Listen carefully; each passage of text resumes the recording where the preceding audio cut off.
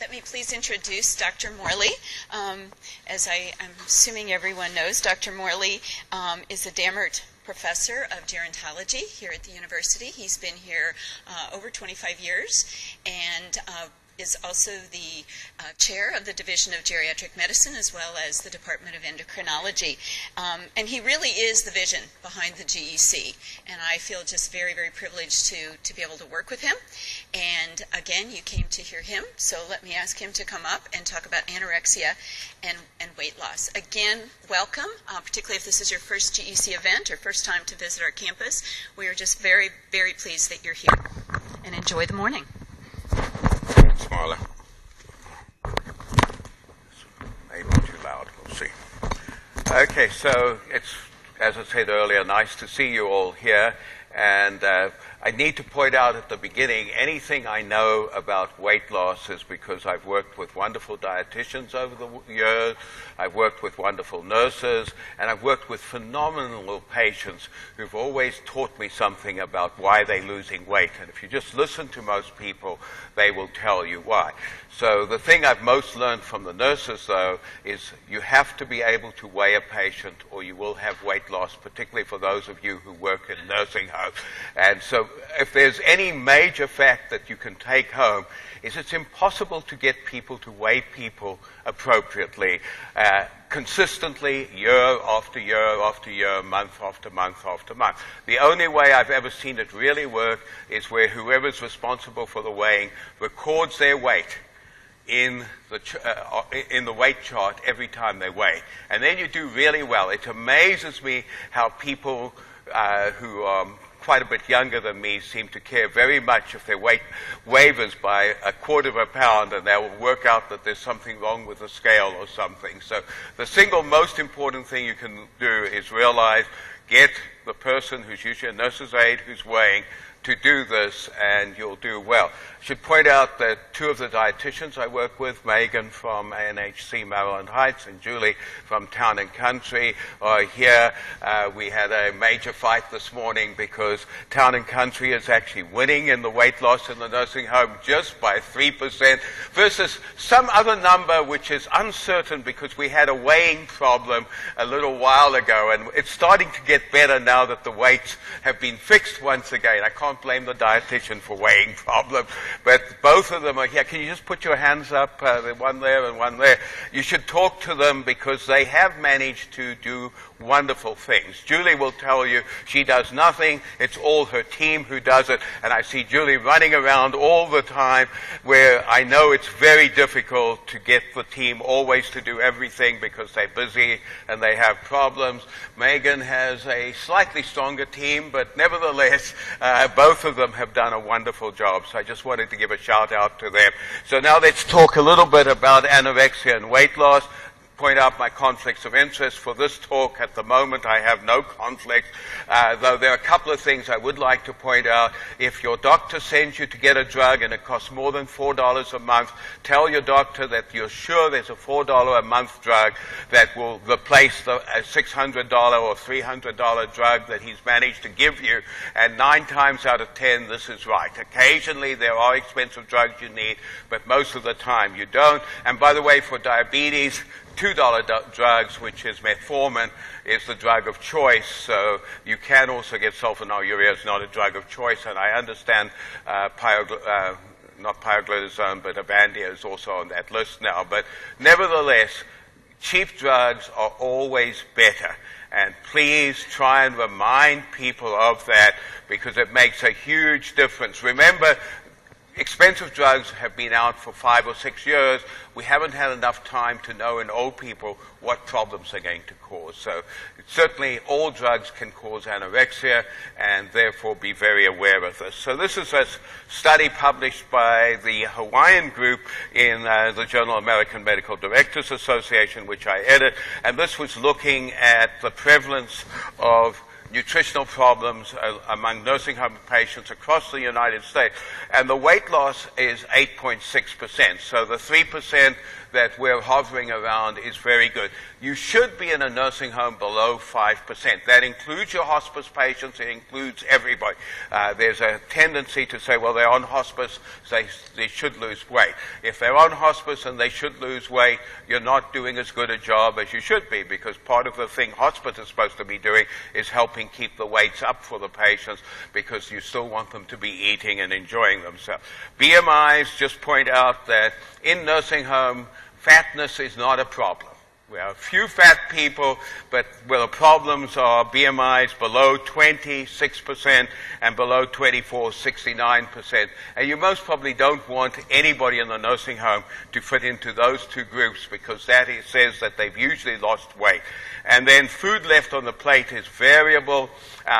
As I think most of you know, it's very difficult to get accurate measurements of food on the plate, but varies from 25% or more, from 15 to 77%. Some depends how much is put on the plate to start with, what is on the plate, and so it's not an ideal measurement, but it does tell you that if somebody's leaving 50% of their food on their plate, there's most probably a problem, and you should be paying attention when that happens, not when they've lost 5% of their weight.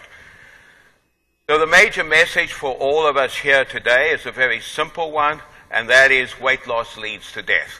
So in people over the age of 60, that excludes most of you here, but when you hit 60, if you lose weight, every single study shows that you basically are more likely to die, and there's about a doubling of death rate if you basically lose weight. And it doesn't matter whether you're fat and you lose weight or whether you're skinny and you lose weight. Weight loss is the single best prognosticator of poor outcomes in the community as well as in nursing homes. So despite what the CDC tells us about the problems of obesity in the country and how it's now costing more than cigarette smoking, etc., etc., etc., in older people, the problem is weight loss and skinniness. So just the opposite to what you hear from the CDC. Unfortunately, the only people who ever listen to the CDC are older people. So, it makes no sense whatsoever. So when we look at other studies that were done, this was done by Barrett Connor and her colleagues. Barrett Connor, she's most probably the major epidemiologist in the United States, looked at diabetes and weight loss in Rancho Bernardo.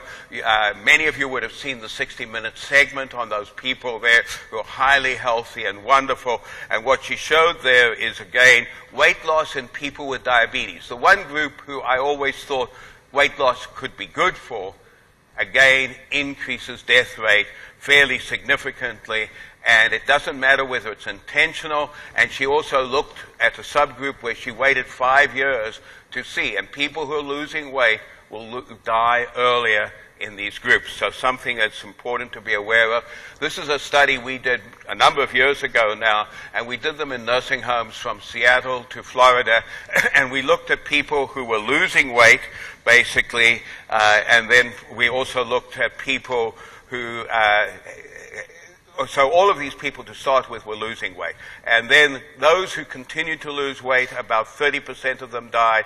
Those who fundamentally weight maintained, basically about 20% died, but those who gained weight, only 10% died. Now, you can argue that this is because people fixed what was wrong with them, but in nursing homes, you don't often fix disease. So you have to reverse weight loss wherever you possibly can. And if people are losing weight in the community, this study was done in Canada, weight loss increases your chances of finishing up in a nursing home. And one of the big problems with weight loss is shown here. Here's the ancient Egyptian hieroglyphic for an old person with a bent back and their osteoporosis.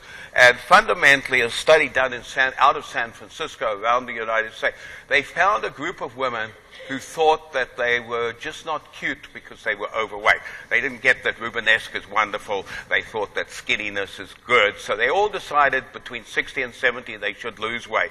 And the rate of hip fracture went up to 2.3-fold in the women who intentionally were losing weight. When you lose weight like that, what happens is you lose 75% as fat, so you look cute, but you lose 24% or so as muscle. And when you lose muscle, that means that you aren't as strong and you're more likely to fall. And you lose 1% as bone. When you lose bone, you are in real trouble and you're going to fracture your hip. Dennis Villarreal, who was one of our fellows and then went on faculty at WashU and is now at the University of Mexico State, basically he did a study where he basically showed that if you exercise people and calorie restrict, you don't lose the muscle. But he couldn't stop the bone loss. And bone loss is the piece where when you get old, you're vulnerable, you fall, and you run into real trouble. So this is one of the major reasons why weight loss is bad for you as you get older. Obviously, severe weight loss, as you all know, leads to pressure ulcers, anemia, immune dysfunction, muscle weakness, infections, fatigue, hip fracture, edema, cognitive abnormalities, and mortality. So as you lose weight, you start to run into these problems, small to start with, more later on. We know that with aging, almost everything in the immune system doesn't work as well. When you add protein energy under nutrition to aging, you make everything actually even worse. And the one difference is basically the helper T cells, the CD4 cells. When you're getting older, those are maintained. These are very important in conditions such as HIV, and when you lose weight, these decrease, which leads to a decrease in the ratio, which makes you look, in an older person with protein energy under nutrition, just looks like somebody with HIV. We spend a huge amount of money on people with HIV trying to up this ratio, increase the CD4 cells with drugs, and we tend to feel it's not nearly as important in an older person to make sure that they have adequate nutrition so their CD4 cells aren't down. When your CD4 cells go down, two things happen. You get excess infections and you get cancer. So you can see this in a young person with HIV, or you can see it in an old person when they're starving. And many years ago, Fran Kaiser and I showed when we first came here that older people who were malnourished had these low CD4 cells, and they used to get unusual infections. And sometimes it would take 6 weeks of antibiotics to fix an infection that should get fixed in about 10 days. So malnourished older people don't respond well to antibiotics. They also get very unusual infections. So as you get older, fat is the key to survival. Obviously, it stores calories for you. That back of the camel is mainly fat, not only water, a large amount of fat there, and so it can go across the desert and not starve to death. You take an older person, put them into hospital. What happens is they're sick. The first thing you do is you don't feed them. You know, they've got to get stuff and they're not hungry, they don't like the food they're getting. Then, of course, we stop the food because we've got to do a special test the next day. And then because they're an older person, they are last on the list because they're not as important as the young people. And what happens is they get canceled, so they don't eat all day. And at 4 o'clock, the nurse says, well, I'll try and give you something to eat if I possibly can now. So they give the person a snack. And then at 5 o'clock, they bring the dinner, which of course now the person can't eat because they've just eaten, and then they say, oh, and you can't eat again because we're rescheduling your test for tomorrow. And there's very good studies that show that both in the States and in Spain, and it's bad in Spain because they care about food. In the States, we don't care as much about food, as that basically the average older person in hospital gets about 600 calories a day. That is nothing. I mean, you can't survive on 600 calories. You're not getting enough vitamins. You're not getting enough anything. And I'll show you later on some of this stuff as well. The other thing is thermoregulation. When you lose your fat, you can't thermoregulate. So for those of you who work in nursing homes, you'll go into a room, and one person will tell you the room is too hot, and the other person will tell you the room is too cold. And that is basically the big problem that you deal with when you're losing your fat layers and your thermoregulation. Very important, and it's also important in the responses to infection, because you may respond totally differently if you don't have fat to an infection, may finish up picking it up later. We spend money on hip protectors, most of which don't work, and fundamentally you have to recognize the best hip protector is fat. The more fat you've got around your hips, the less likely you are to fracture them when you fall. You don't see many fat people fracturing their hips. If I look in hospital, when people come in with hip fractures, they're all skinny. And it's easy to fracture your hip when you're skinny. You know, you fall on the hip, and there's nothing there, so you just hit the bone, and that's it. And then finally, there are a lot of metabolic effects now of fat, everything from insulin resistance, but also adipodectin, leptin, and a variety of other compounds are produced from fat. So we see a lot of metabolic things. So we've talked about protein energy malnutrition as one of the reasons why weight loss is bad. We've talked about hip fracture. Obviously, when people are losing weight, one of the first things you've got to do is say, have they got a disease? Has something new come along? Is this a sign of an early cancer or something of that nature? The fat frail or obese sarcopenic, those are the people we talked about. They lose weight. So what you get is this woman in San Francisco, I'm not cute, so I lose weight. And if they do what most people do, is you go on a diet for 3 months or 6 months, you lose weight beautifully, and then what do? You put the weight back on. When you put it back on, 95% of what you put back on is fat. You don't put on muscle if you just put it on, you're putting on fat. So eventually these people have no muscle to carry the obesity, and they run into real trouble. In fact, if you look at obese people who are exercising and not dieting, they have more muscle and more strength than anybody else. So it's actually not bad to be obese, and as long as you have muscle. The best outcome for someone with heart failure is a BMI of 35, provided they haven't yo-yo dieted. So very important to recognize you can keep both your muscle and your fat and do pretty well. We'll talk a little bit about lipolysis, lipids, and atherosclerosis, the poisonous infusion. But the other thing is, you know, if you're a pediatrician and a kid comes in, you alter your drug depending on the weight of the child. Old people, physicians never say, well, you've lost, 30 pounds. Maybe I should reduce the amount of drug I'm giving you. It just doesn't cross physicians' minds. But it's the same sort of thing. These drugs become toxic, and perhaps the best example are antihypertensives. The best way to get rid of high blood pressure is starve yourself to death. If you starve yourself, you reach a point where fundamentally you no longer have high blood pressure. And what happens in nursing homes and in the patients who come to see me all the time is they're on 4 or 5 blood pressure medicines, and they've lost 30, 40 pounds. You stop the blood pressure medicines, their blood pressure now when they stand up doesn't drop to nothing, and they basically can think, they can function, and they do very well. So we have to think about this and be aware of it. So one of the things is when you lose fat, basically you get your lipolysis from the VLDL, and therefore you get more LDL that comes out into the circulation. As you know, a lot of LDL is not good for you. There's a large fluffy LDL that's good for you, but the small dense LDL is really bad for you, and it accelerates heart disease. And that gets this loss of fat from in the body gives you the small dense LDL, which basically causes the arterial walls to become much more oxidized, and you get a retention of the small LDL, leading to atherogenesis. So this is the other thing that fat loss does to you. So many years ago, we suddenly found we were losing all our bald eagles in the United States, and it turned out that this was all because of the insecticides we'd been putting out there. And when these bald eagles were getting older, or they had a lousy winter where they couldn't get enough food, they'd lose weight, and out of their fat would come all the PCBs. It would go to their brain, and they would die. Is this true in humans as well? Well, there are 2 examples.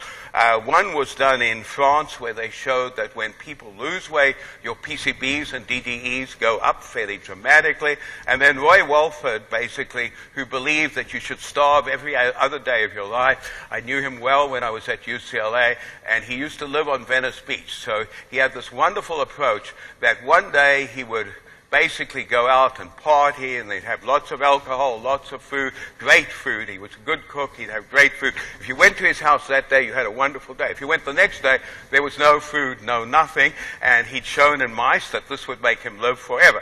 So he was really believed in this. So he went into the biosphere, which was this experiment in the Arizona desert, where they thought that they would see if you could build a place that could self-sustain, with the concept that you would go live on the moon or something. So this was trying to show that they could do it. And it turned out that they could not. They had to cheat by putting oxygen in. But one of the things that happened is they also couldn't produce enough food for the people there. So everybody there lost a lot of weight. When they came out, they measured their PCBs and DDEs, and they were dramatically increased in this population. Roy, who was the oldest person, about 2 years later got a very strange neurological disease, and he died from his neurological disease, which most probably was PCB toxicity. So recognize that's another thing that happens. So having hopefully convinced you that weight loss is bad for you, let's look at the causes of weight loss. And there are many causes of weight loss. One is just not eating, anorexia. Then there's loss of muscle mass. That's sarcopenia. People who lose muscle mass, which is normal with aging, often do not actually lose weight because they often put on fat in place of it. Cachexia is when you've got lots of extra cytokines and disease. Always remember dehydration. Dehydration is a common, often missed cause of weight loss in older people. Malabsorption, these are people with gluten enteropathy, pancreatic insufficiency that you do see and you have to think of. The easiest way to pick these up is to measure a vitamin A and a beta-carotene in the blood. These are fat-soluble vitamins. It helps. Otherwise, you have to look a little harder. And then the hypermetabolism. These are people who have, say, thyrotoxicosis, or their blood pressure isn't coming down because they have a pheochromocytoma. With dehydration, I've made this point, older people don't recognize they're thirsty. So the problem is when an older person is dehydrating, they don't think that they need to drink more. They don't tell you they're thirsty, and thus older people are at a major risk for dehydration, and it can happen very quickly. My favorite patient was a patient I saw actually at 6 o'clock in the morning in the nursing home. The patient was fine, but I happened to order bloods that morning, so they came in at about 7 and got blood tests from the patient. At 6 o'clock that night, he was admitted to hospital, and he was grossly dehydrated. His sodium was 155. In the morning, it was 140. So that's the speed at which you can dehydrate very, very rapidly because you don't drink, you don't recognize that you're thirsty, and you get dehydrated very quickly. Not only does weight loss predict bad outcomes, but people who don't like food, don't want to eat, anorexia independently predicts mortality with a hazard ratio that is as bad as weight loss. But the good thing about anorexia is if you pick it up early, you can often treat it. It's much harder, as you ask our dietitians, much, much harder to get somebody who's lost 5% of weight and get them back up. If you pick it up early when they're anorectic, they'll do well. So a number of years ago, we developed something called the Simplified Nutrition Assessment Questionnaire. My appetite is very poor or very good. When I eat, I feel full after eating a few mouthfuls, hardly ever. Food tastes very bad or very good. Normally, I eat less than 1 full meal a day or more than 3 meals a day, including snacks. And it turns out that in people in nursing homes, actually, and also middle-aged people in the community, this is highly predictive of 5% weight loss 6 months later. So it's very important to recognize that you have to look to see if people are not eating well, and the snack has very good sensitivity and specificity. The other very popular way of looking at malnutrition is the mini nutritional assessment. My friends Bruno Vellis and Yves Guigaud. Yves worked for Nestle, so not surprisingly, as Nestle was very interested in saying pick up malnutrition because that means more calorie supplements, and Judy will be talking about calorie supplements after me, so we'll just point out that it's not as simple as that, but that's what they were trying to do. Bruno is the chief in Toulouse in South France of gerontology, very successful. There's a short-term 6-question one. As far as I can work out, it's terrible. It doesn't really work. I know it's used in a lot of nursing homes. It just is not, I think, good enough to pick things up. Julie may have some other comments on that. But the longer form works fairly well. The problem is it picks up frail people as well, or people who've got cytokine excess as well as people who are malnourished. So while it doesn't require measuring anything, it's fairly reasonable, but we need to recognize that it has some problems. Now, some of you may think that measuring an albumin has something to do with malnutrition, or measuring a prealbumin, or transferrin, or retinol binding protein 4, IGF-1, or fibronectin. And the message I wish I could get out, seeing I was on rounds with our residents last week, and they kept on telling me all these patients were malnourished, and then the plastic surgeon came by and said, you'll never fix this because the patient's malnourished because his albumin's too. And I was trying gently to point out to them that they all have cytokine excess. They have inflammation. When you have high levels of cytokines, they cause extravasation of the albumin and all these other things into the third space, out of the blood vessel. If you watch somebody come into an intensive care unit, what happens, the albumin will be 3.9, and then shortly after the 3.9, what will happen is within 2 days, they will be down to 3 or 2.9. Albumin has an 18 to 21 day half-life. That's impossible. So you have to either be breaking up your albumin or you have to be losing your albumin. And so in anybody who's sick, these are useless nutritional indicators. And please, I know we've got lots of dietitians, so I know you weren't taught this in dietetic school unless you've just graduated. I hope dietetic school has got there at last. But really very important to recognize very bad monitors. Great monitors of, is the person sick? And yes, why do pressure ulcers not get better or sores not get better? If you've got lots of cytokines, you don't heal. Cytokines or the bad cytokines stop you healing. So this is the NHC, and this is from Maryland Heights, but NHC now has a weight loss chart, and the important part of it is these things across here, which you're going to be able to read much better than me. But these are sort of looking at why the patient is losing weight, and there are a whole lot of them. The hospice care, palliative care, are they on enteral nutrition? Do they have a pressure ulcer, thickened liquids, pureed diet? When did you start weekly weights to see if this is really going on? Did you let the family and the MD know? The best way, by the way, to fix weight loss in most people is to have the family bring food in. People love food. There is a nursing home that published its data out of Italy. Italians love food. And in Italy, virtually all the food that's eaten is because the Italians say, I can't eat nursing home food, even though the food is very good in Italian nursing homes. I've eaten it, it's great. But the reality is, can't do that, so the family bring in their best cooking. They have no weight loss. It just does not happen. So if you can get the family to bring food in, of course, some of the families in the States can't cook, so it's another problem you have to deal with, but that's life. Whether the person needs total assist with meals, please remember it takes 45 minutes to actually feed somebody at a meal if they need a total assist. 45 minutes, no aid has got the time. We're actually going to look at this again and see if we can find other ways to look at it. We're talking with our dietitians here. Sandra's going to hopefully work with them, and we'll get some sort of outcome that is an easier way to do it.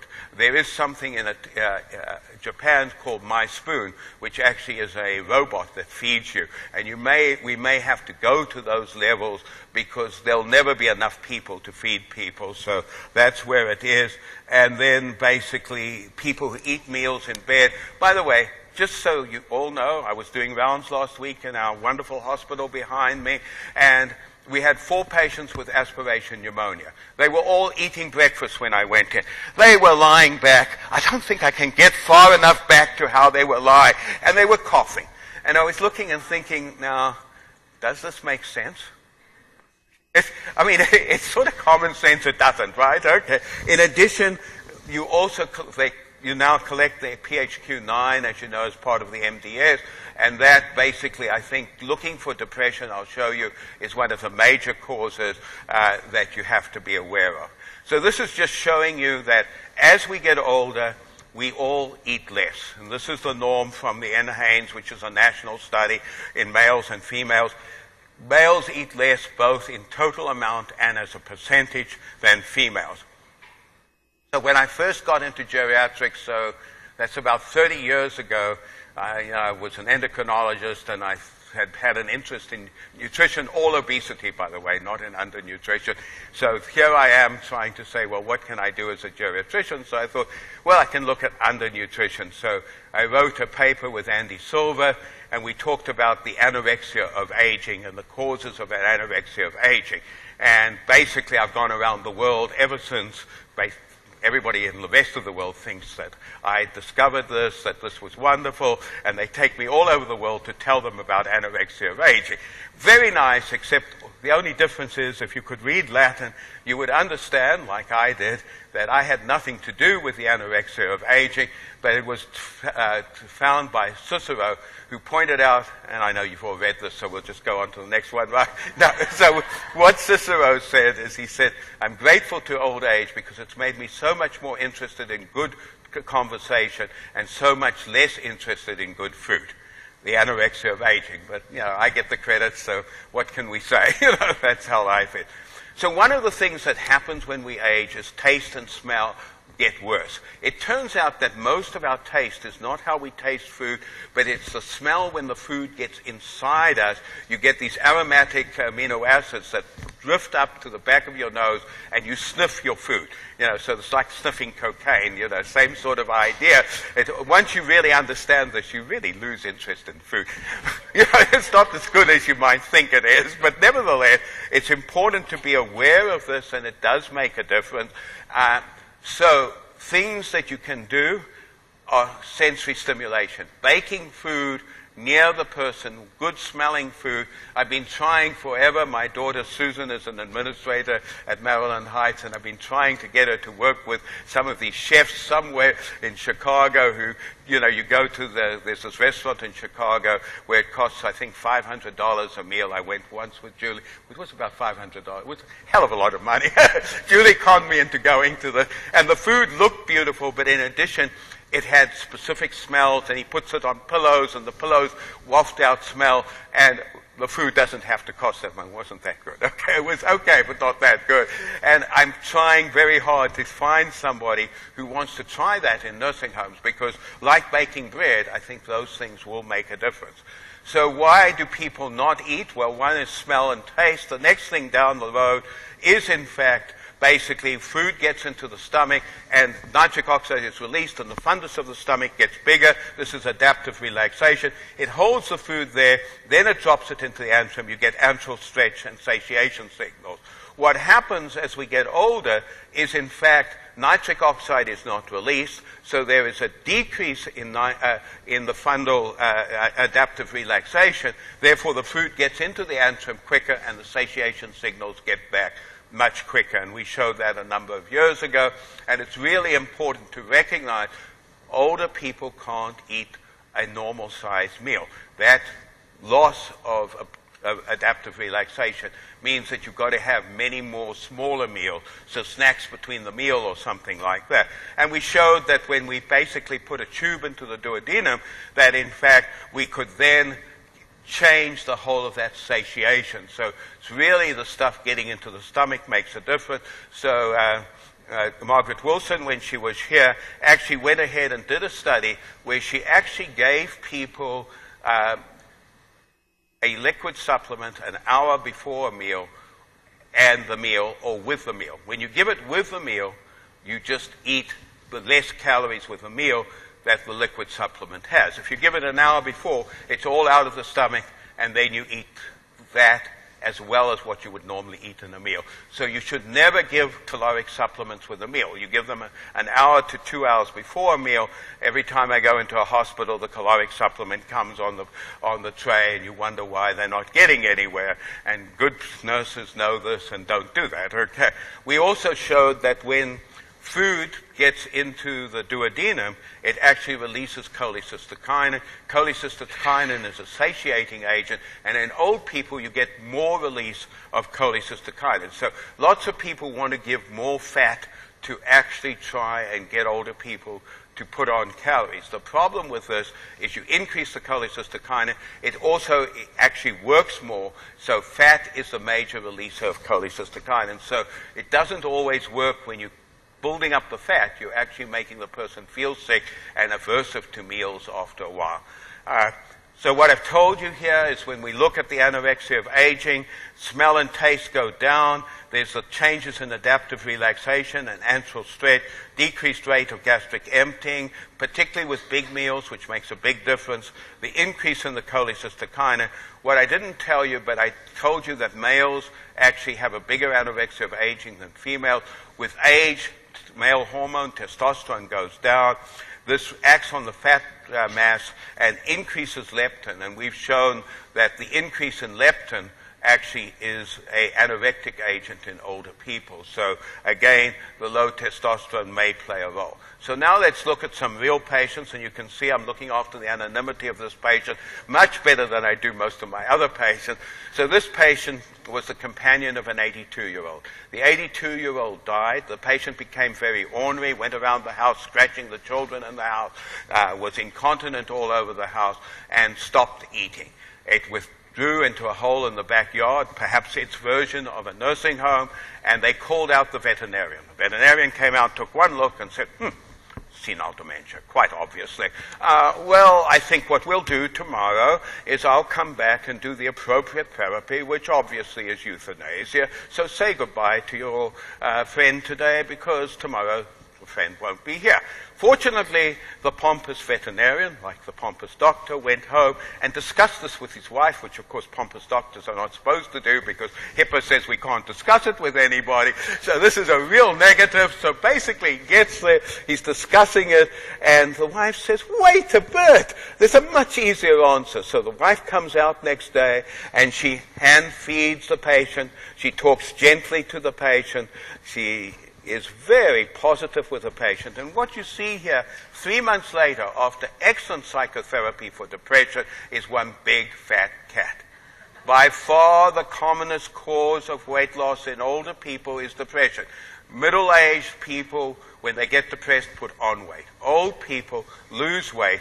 And in our nursing home study, we showed that about a third of people in nursing homes who are losing weight actually are depressed, and the people where we could reverse the depression, their weight loss was reversed. The same thing is true in an outpatient clinic. And when we first published this, we were told we were crazy. Nobody could see that much depression in a nursing home. Now there are 20, 30 studies that say the same thing. So I'm not going to show you all of them, except the second Tamura study, which showed that the number one cause of weight loss United States-wise is depression, poor oral intake, swallowing issues, eating and chewing dependency, and staffing factors. If you're looking at low BMI, the number one is immobility, two is poor oral intake, chewing problems, and dysphagia, poor nutrition, not taking in well, impaired function, dementia, swallowing, chewing difficulties, poor oral intake, and not surprisingly, older age. So should you have diets in the nursing home? Hopefully, nobody ever gives anybody a diet in the nursing home anymore. I mean, this is 30 years of trying to sell this. I think the ADA, the American Dietetic Association, knows you don't do it. Everybody except physicians accepts this at the moment. These are the studies that were done by the Stanford group showing that a American Diabetic Association diet made no difference to the hemoglobin A1C whatsoever in the nursing home. This is a study we did with Dr. Tariq out at Maryland Heights, NHC, where we basically said, one day I came in and I said, it's stupid not letting diabetics eat what they like in a nursing home. They might as well be happy. We've got drugs. We can work around it. And basically, Dr. Razak, who sometimes listens to me, was the other major doctor there, and he said, John, you've gone totally crazy. So we had a great control because all of his patients, and he always got better control of his diabetics than I did, all of his patients actually continued to have a diet, and all of my patients could have what they want. And it turned out that suddenly I got much better outcomes. So giving people ice cream and cake improves their diabetic outcome. Now, I'm not totally stupid, so I had Caroline Philpott go and ask some of these patients. She was the nurse practitioner at that time, and she went around and asked them and said, well, what's going on? And it was fairly simple. When you tell people they can have what they want, they stop cheating. They cheat twice as much when they think they can't have it. So very simple and easy, okay? So the causes of weight loss, which hopefully you can pick up the mnemonic book outside and it's in there, but these are the reversible causes of weight loss. We have COPD, where you've got to give supplements between meals. We have heart failure. We have things, the cancers, that are not as reversible. But these are reversible. Number one is medications. You should get rid of as many medications as you can. You'll be amazed how much more people eat. And number two is emotional and depression. In the community, alcoholism is not rare, and you need to be aware of it when you see weight loss. Anorexia tardive, which is the equivalent of anorexia nervosa. These are people who have spent their whole life maybe being almost anorexic nervosa when they were teenagers, and now they've always weight restricted, and they get old and they hear that, cholesterol's bad for you, weight's bad for you, and so they stop eating and they drop way down. They need a good psychotherapist. And elder abuse in the community, 5% of people have some elder abuse. The biggest piece of elder abuse is often unintentional starvation or underfeeding of older people. It's not always intentional by any manner of means. Late life paranoia, my favorite patient was losing weight, and it turned out that she lived in University City, and she was totally convinced that the children in that area, she had potted plants outside her door, were coming by and messing with her potted plants. So she stood at the door, and she would open the door and say, I caught you. Oh, there they are. Don't you see them? Oh, I caught you. She would just stood at the door. She never ate or anything. She was not going to have her potted plants hurt. So that's late life paranoia. With a low dose of an antipsychotic, she put on weight and did fine. And I hate antipsychotics, but that was a good way for it to work. Swallowing problems, dysphagia, oral problems, obviously are problems. Nosocomial infections. H. pylori is most probably the biggest unpicked up problem. Think about H. pylori in your patients who are not eating. You can send off a IgM or IgA, and if it's up, treat them and they will gain weight. Very important thing to think of. Poverty is obviously another one. Wandering and dementia, we have to think about. Wandering, actually, people who exercise tend to eat a lot. So wandering is actually not as common as you think as a cause of weight loss. It's a demented patient who doesn't move around and can't be bothered to eat, who's much more likely to eat. Hyperthyroidism, hypercalcemia, hyperadrenalism, all possible causes. Enteric problems, we talked about the malabsorption, the gluten enteropathies. Eating problems. When I first came here, nobody gave us geriatric consults because, who needs a geriatrician? I'm not convinced that 30 years later we're any better, but nobody wants a geriatrician. My patients come to me because their relatives think they should come to me. It's virtually never a doctor who sends them to me. So I complained to the chairman of medicine that nobody thought we were useful. So he had a patient, and he knew I was an endocrinologist as well. So this patient had a tremor. So he said, oh, give this to Morley. He'll do well here. The patient's got hyperthyroidism, no problem at all, and he can make the diagnosis and we'll make him feel good. So I did what I always do when I get a consult for someone who is not eating well. I went and watched them eat a meal. And here he was in bed, and occasionally the food got in his mouth. Most of the time the sheets ate. The dietitian was measuring the food tray as it went into the room, as it came out of the room. So according to the dietitian, he was eating 3,500 calories a day. According to me, after I'd scraped it all off the sheets and stuff, he was eating about 200 calories a day. So you always have to look at people. It's amazing what you learn. We talked about low salt, low cholesterol diet. There's very good evidence now, hopefully you all know this, that low salt kills people. So all this nonsense about low salt being good for people, and that if we lower our salt down below 4 grams, we're going to save everybody, is now being shown in the latest New England Journal article, not the one that was parallel published with it, saying that if we didn't lower salt to below 4, we were going to kill off the whole population. But there was a real paper next to it which actually said, if you lower it below 4, people die. And we know in the European studies, if in somebody with heart failure, if you go below 3, you kill them. So and this is the sodium, not salt. So that gives you higher salt levels. So really, and honestly, the only thing you should do is not let people have a salt shaker. You should not, and you'll hear from Angela later about that cholesterol is no longer a big either. And then if you keep on looking at it, cholecystitis, major cause of weight loss.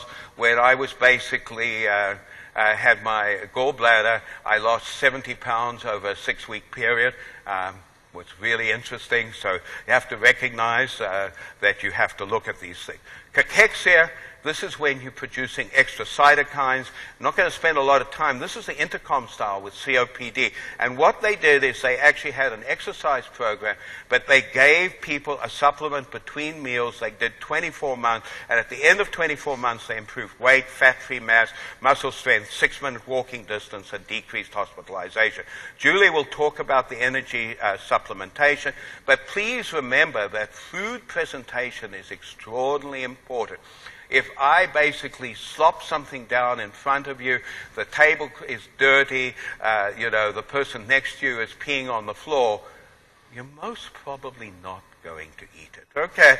And this is not different in a nursing home or anywhere else. Food presentation and also buffet presentations, buffet dining, because if you have somebody and let them choose their own food, they feel much worse about basically not eating it. If they don't choose it and you slop it in front of them, they really don't like it. And these are from Maryland Heights. That's my daughter, by the way, just in case. In one of her phases. Okay. So fundamentally, you can make a big difference by doing this. The other thing to recognize, in Finland, most of the cooking is done by the residents. They have virtually no malnutrition in nursing homes. If I come and visit you, and you give me a plate that I don't like, I kill myself to try and eat it. I don't leave the stuff. I can't tell you that you're a lousy cook. This is what we're trained to do. Everybody's trained not to be nasty to your friends and say, look, I'm not going to eat what you gave me because you just can't cook, and we go out to dinner. How many of you ever done that when you've been asked out to dinner? 0.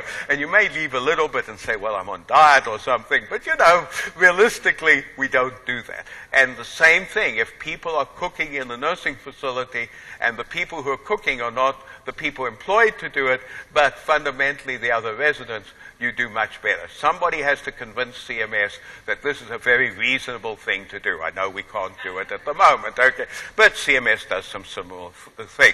So surroundings should be quiet and calm, positive dining room atmosphere, it should be well lighted. Caregivers have to be friendly and polite. You can go into nursing homes, which I've done, and here's one of the caregivers. Hi, Mary, over there.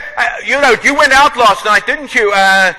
Come tell me about it. Oh, well, we can just shout over here because we've got to be with the residents. You're here and I'm there. And everybody's shouting over the residents. Nobody's going to eat when that's happening. They're more interested in the conversation, if nothing else, So staff should be directing conversation to residents at the mealtime, and dining room service should never be rushed. Ice cream parlors, most probably the single best thing. There is no bad calorie when you're old and losing weight. Beautiful, so ice cream parlors work very well for most people. And then many years ago at Maryland Heights, we developed the snack and hydration cart. And it started out because we had an aide who consistently seemed to be too hurt to work. And this is literally how it started out. So Jennifer Getman, who was there at the time, said, well, I know, you've been saying we should feed people between meals. So she got this hydration snack cart. She went around, she had a list of which residents were losing weight, and she would stop at them and say, well, wouldn't you like to have a candy bar or a banana, or if you're dehydrated, something to drink? And it worked extraordinarily well. Okay, so just relatively quickly, if you put somebody to bed, this is why you don't let anybody stay in bed. You put a person who's going to space. So these were astronauts. They go to bed, and fundamentally, over about 30 days, they lose about 300 milligrams of muscle. If you take me, somebody in their 60s, put them to bed for 10 days, I will lose 1 kilogram of muscle. If you come If you give me essential amino acids, which has been shown, I won't lose any over those 10 days. So you have to think about that. And if you come into hospital, it takes 3 days to lose the kilograms. So we do nothing to feed people in hospital. We don't get them out of bed. We do nothing. Essential amino acids ameliorate this weight loss. So we have to be aware of that. And there is reasonable data now that high protein will improve hand grip strength. The Protage study recommended dietary protein intake in older people between 1 to 1.2 grams per kilogram if they're losing weight. Not greatest data that it was based on. Please remember that tube feeding in demented patients really is not a way to feed people. It's really simple, straightforward, doesn't work very well. So can we improve appetite by using drugs?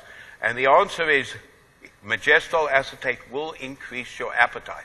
It won't do anything else. So it'll make you eat more, it'll put on weight, it most probably won't make you do better. Be careful. A lot of people, if you're going to use megase, it's not absorbed if you're not eating.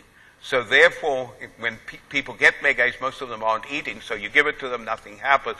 You then have to use the nanocrystal form if you can't get them to eat, and that basically will work very nicely to get them to absorb it. But on the whole, neither marinol, dronabinol, or majestol really make a big difference to outcomes. Marinol is great for hospice. If you can get it in the hospice patients, it gives them the munchies. None of you would know this, but you know, when I was young, 120 out of my 135 medical school class all smoked cannabis, and they all had the munchies. None of them put on weight, but they did have the munchies. So if you can't smoke cannabis, Marinol works very well at end of life.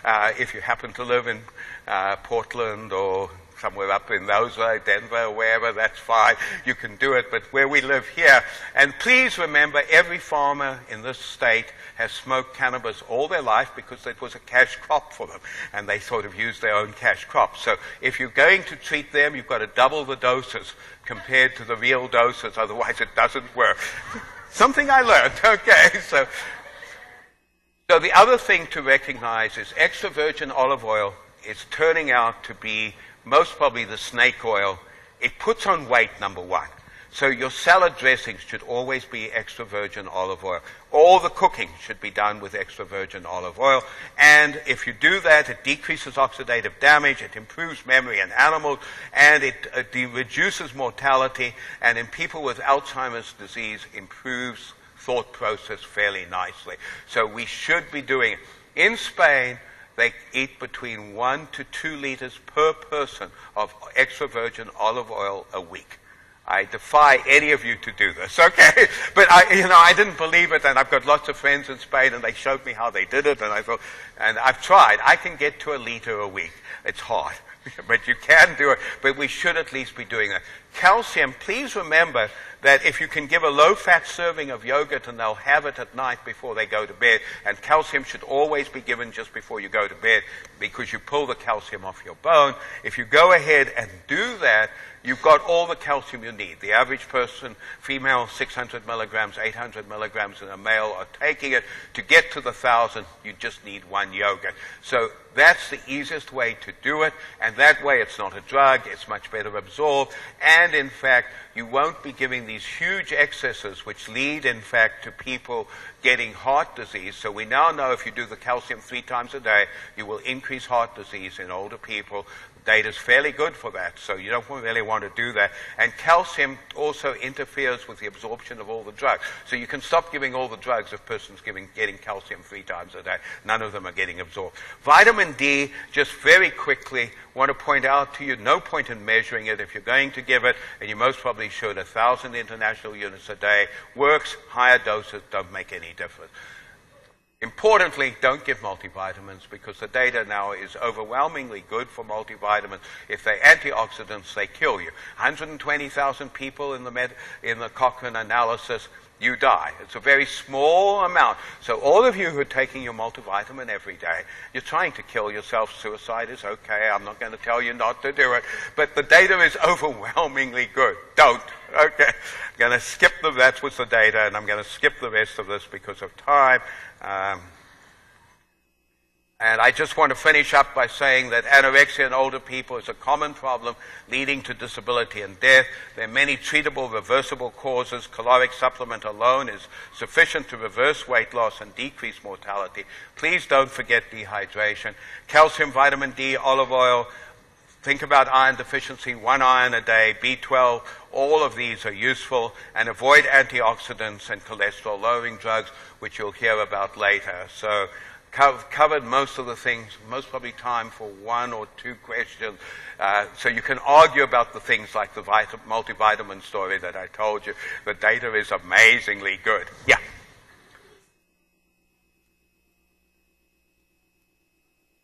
So the data goes back a long time. It's very clear that if you've got B12 deficiency, so if your B12 is low normal, you need to get a methylmalonic acid. If that goes up, you're B12 deficient. Those people actually do very well if you give them B12. You improve their thought process. If, on the other hand, they've got a totally normal B12, that's nothing. So B12 works in people who have B12 deficiency. People on metformin or Prilosec get a lot of B12 deficiency. So we're creating a lot of B12 deficiency in people, and we forget to look in the diabetics. So metformin is an excellent drug, actually improves memory unless it creates B12 deficiency.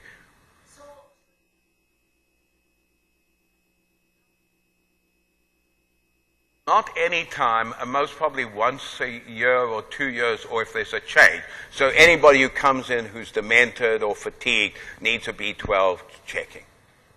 Okay, yeah?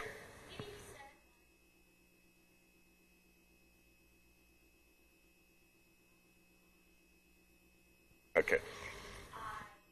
Yeah, okay, so the antioxidants, if you think about it, God being are clearly a female because she's much more intelligent than men. Okay, so God, when she created us, said, I'm going to give you these free radical things that will go around and they will basically kill infections, they will kill cancer. And then men came along and said, well, and if we have a diet that's got a lot of nice antioxidants in a nice mixture, God created that one, she knew that the mixture was just right, why don't we just go and pull these out and sell them at an exorbitant price? So they made antioxidants multivitamin. The problem is they all have too much antioxidant and they don't have the right mixture because nobody's worked out what the right mixture is. So there you wipe out your free radicals. So if you get an infection, you can't mount a defense to it. If you get early cancer, you don't wipe it out with your own cells. So that's the reason why we believe that the antioxidants are now killing people. And I mean, we're talking 0.2% or something. When you need 120,000 people to show it, you've got to realize it's not a huge effect, but it is there. So that's the first piece for the antioxidant. And so your second question was? Oh, the eye stuff, yeah. So I will tell you that every ophthalmologist, with 2 or 3 exceptions, will tell you what I'm about to say now is total junk. But I have read the original studies. What they showed in the studies where if you've got age-related macular degeneration and you've got stage 3 or 4, so that's when you're basically blind, if you take a high dose of an antioxidant, what it will do to you is it will mean that when you die, your eye will not have as much pathological damage. They showed no real improvement in vision. And they'll tell you, well, they did, and they've reanalyzed the state of 500 ways, and they can occasionally find an effect. But in the original studies, that's what they showed. The studies were totally negative except for the pathological finding. And subsequently, they've done other studies, but they always use taking antioxidants as the control. I can't tell you that they're wrong because whenever I have the fights with them, I say, come back and show me that I'm wrong, and they tell me they've never come back to show me I'm wrong. And actually, I've talked to a couple of ophthalmologists who were involved in the studies, and they say, yes, you're right, that's what happened. And we killed ourselves because we got a lot of money from the NIH to try and show something positive. So I don't believe in it, but it's up to you to make up your own decisions. I don't want to stop people, and I don't always stop patients who are on it for that reason. Okay, and I start with you, Paula.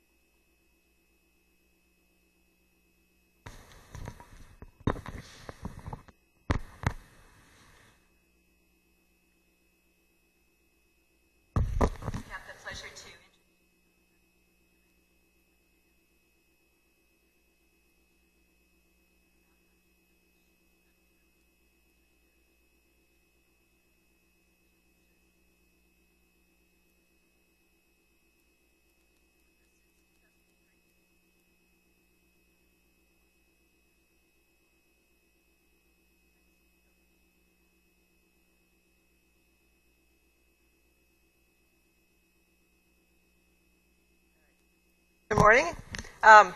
University of Washington. I want to be clear on that. Not our friends or colleagues across the street from us, but University of Washington in Seattle, where I did my fellowship training. And I apologize, the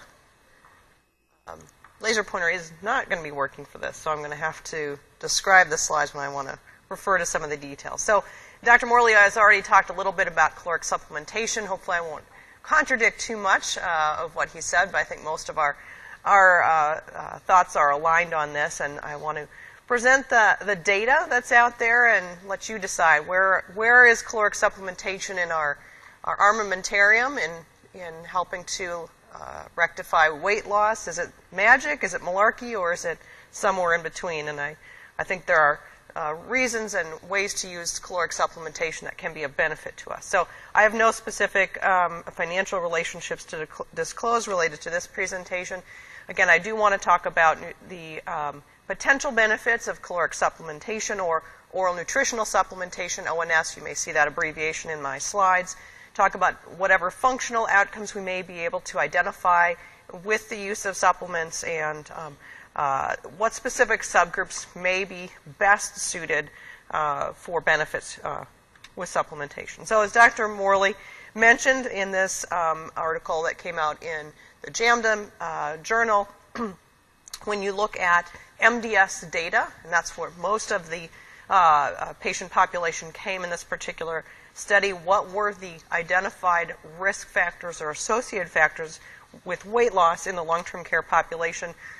As Dr. Morley mentioned, depression, but inadequate caloric intake. Swallowing issues, he mentioned. They did make a connection with some staffing factors, and that gets to the environment in which people eat. Is there prompting? Is there feeding assistance? Is there socialization? Is there a conducive environment at mealtime? And there was some question about actually the amount of staffing. One of the studies was able to identify 3 hours per more of CNA or nursing care was associated with less likelihood of weight loss, but other studies were not able to identify an hourly time frame related to nursing care that was associated with weight loss. And then eating and chewing dependency. So when we see weight loss, again, one of our first thoughts is, well, does this person have inadequate caloric intake, and is that where supplementation may be a benefit to us? So Dr. Morley mentioned therapeutic diets. And as an approach to nutrition, again, we have moved away from the use of therapeutic diets because of the things that he mentioned. The food's not as palatable, it doesn't look as good, it's not as enticing to older adults, and this study nicely outlines this, specifically looking at long-term care settings, and they looked at all of the food service factors, that whole environment in which people are eating. And this was 263 residents in long-term care, and they looked at, again, all those factors, and what came out of that was food service factors specifically can be associated with weight loss, and they included everything from, again, the way the trays are prepared, the way the food is delivered, the way it is presented, and therapeutic diets did come out in that study. So we've moved away from people having specific diets targeted to disease states, because we know in this population that contributes to weight loss in that poor intake of calories. As Dr. Morley also mentioned, we know now and have many studies, and this is a more recent one that reinforces our data, that giving nutritional supplements does not necessarily reduce the caloric intake from the food tray when that is delivered, the supplement, prior to or in between meals. And this was it was small, but a nice study done specifically in the dementia population. These were older adults in their 80s, moderate to severe dementia based on their MMSE score. And the crossover design was giving oral nutritional supplements, which amounted to about a can of whatever supplement they use, a standard product, an hour pre-meal, between meals. And then they looked at the amount of food consumed on the trays.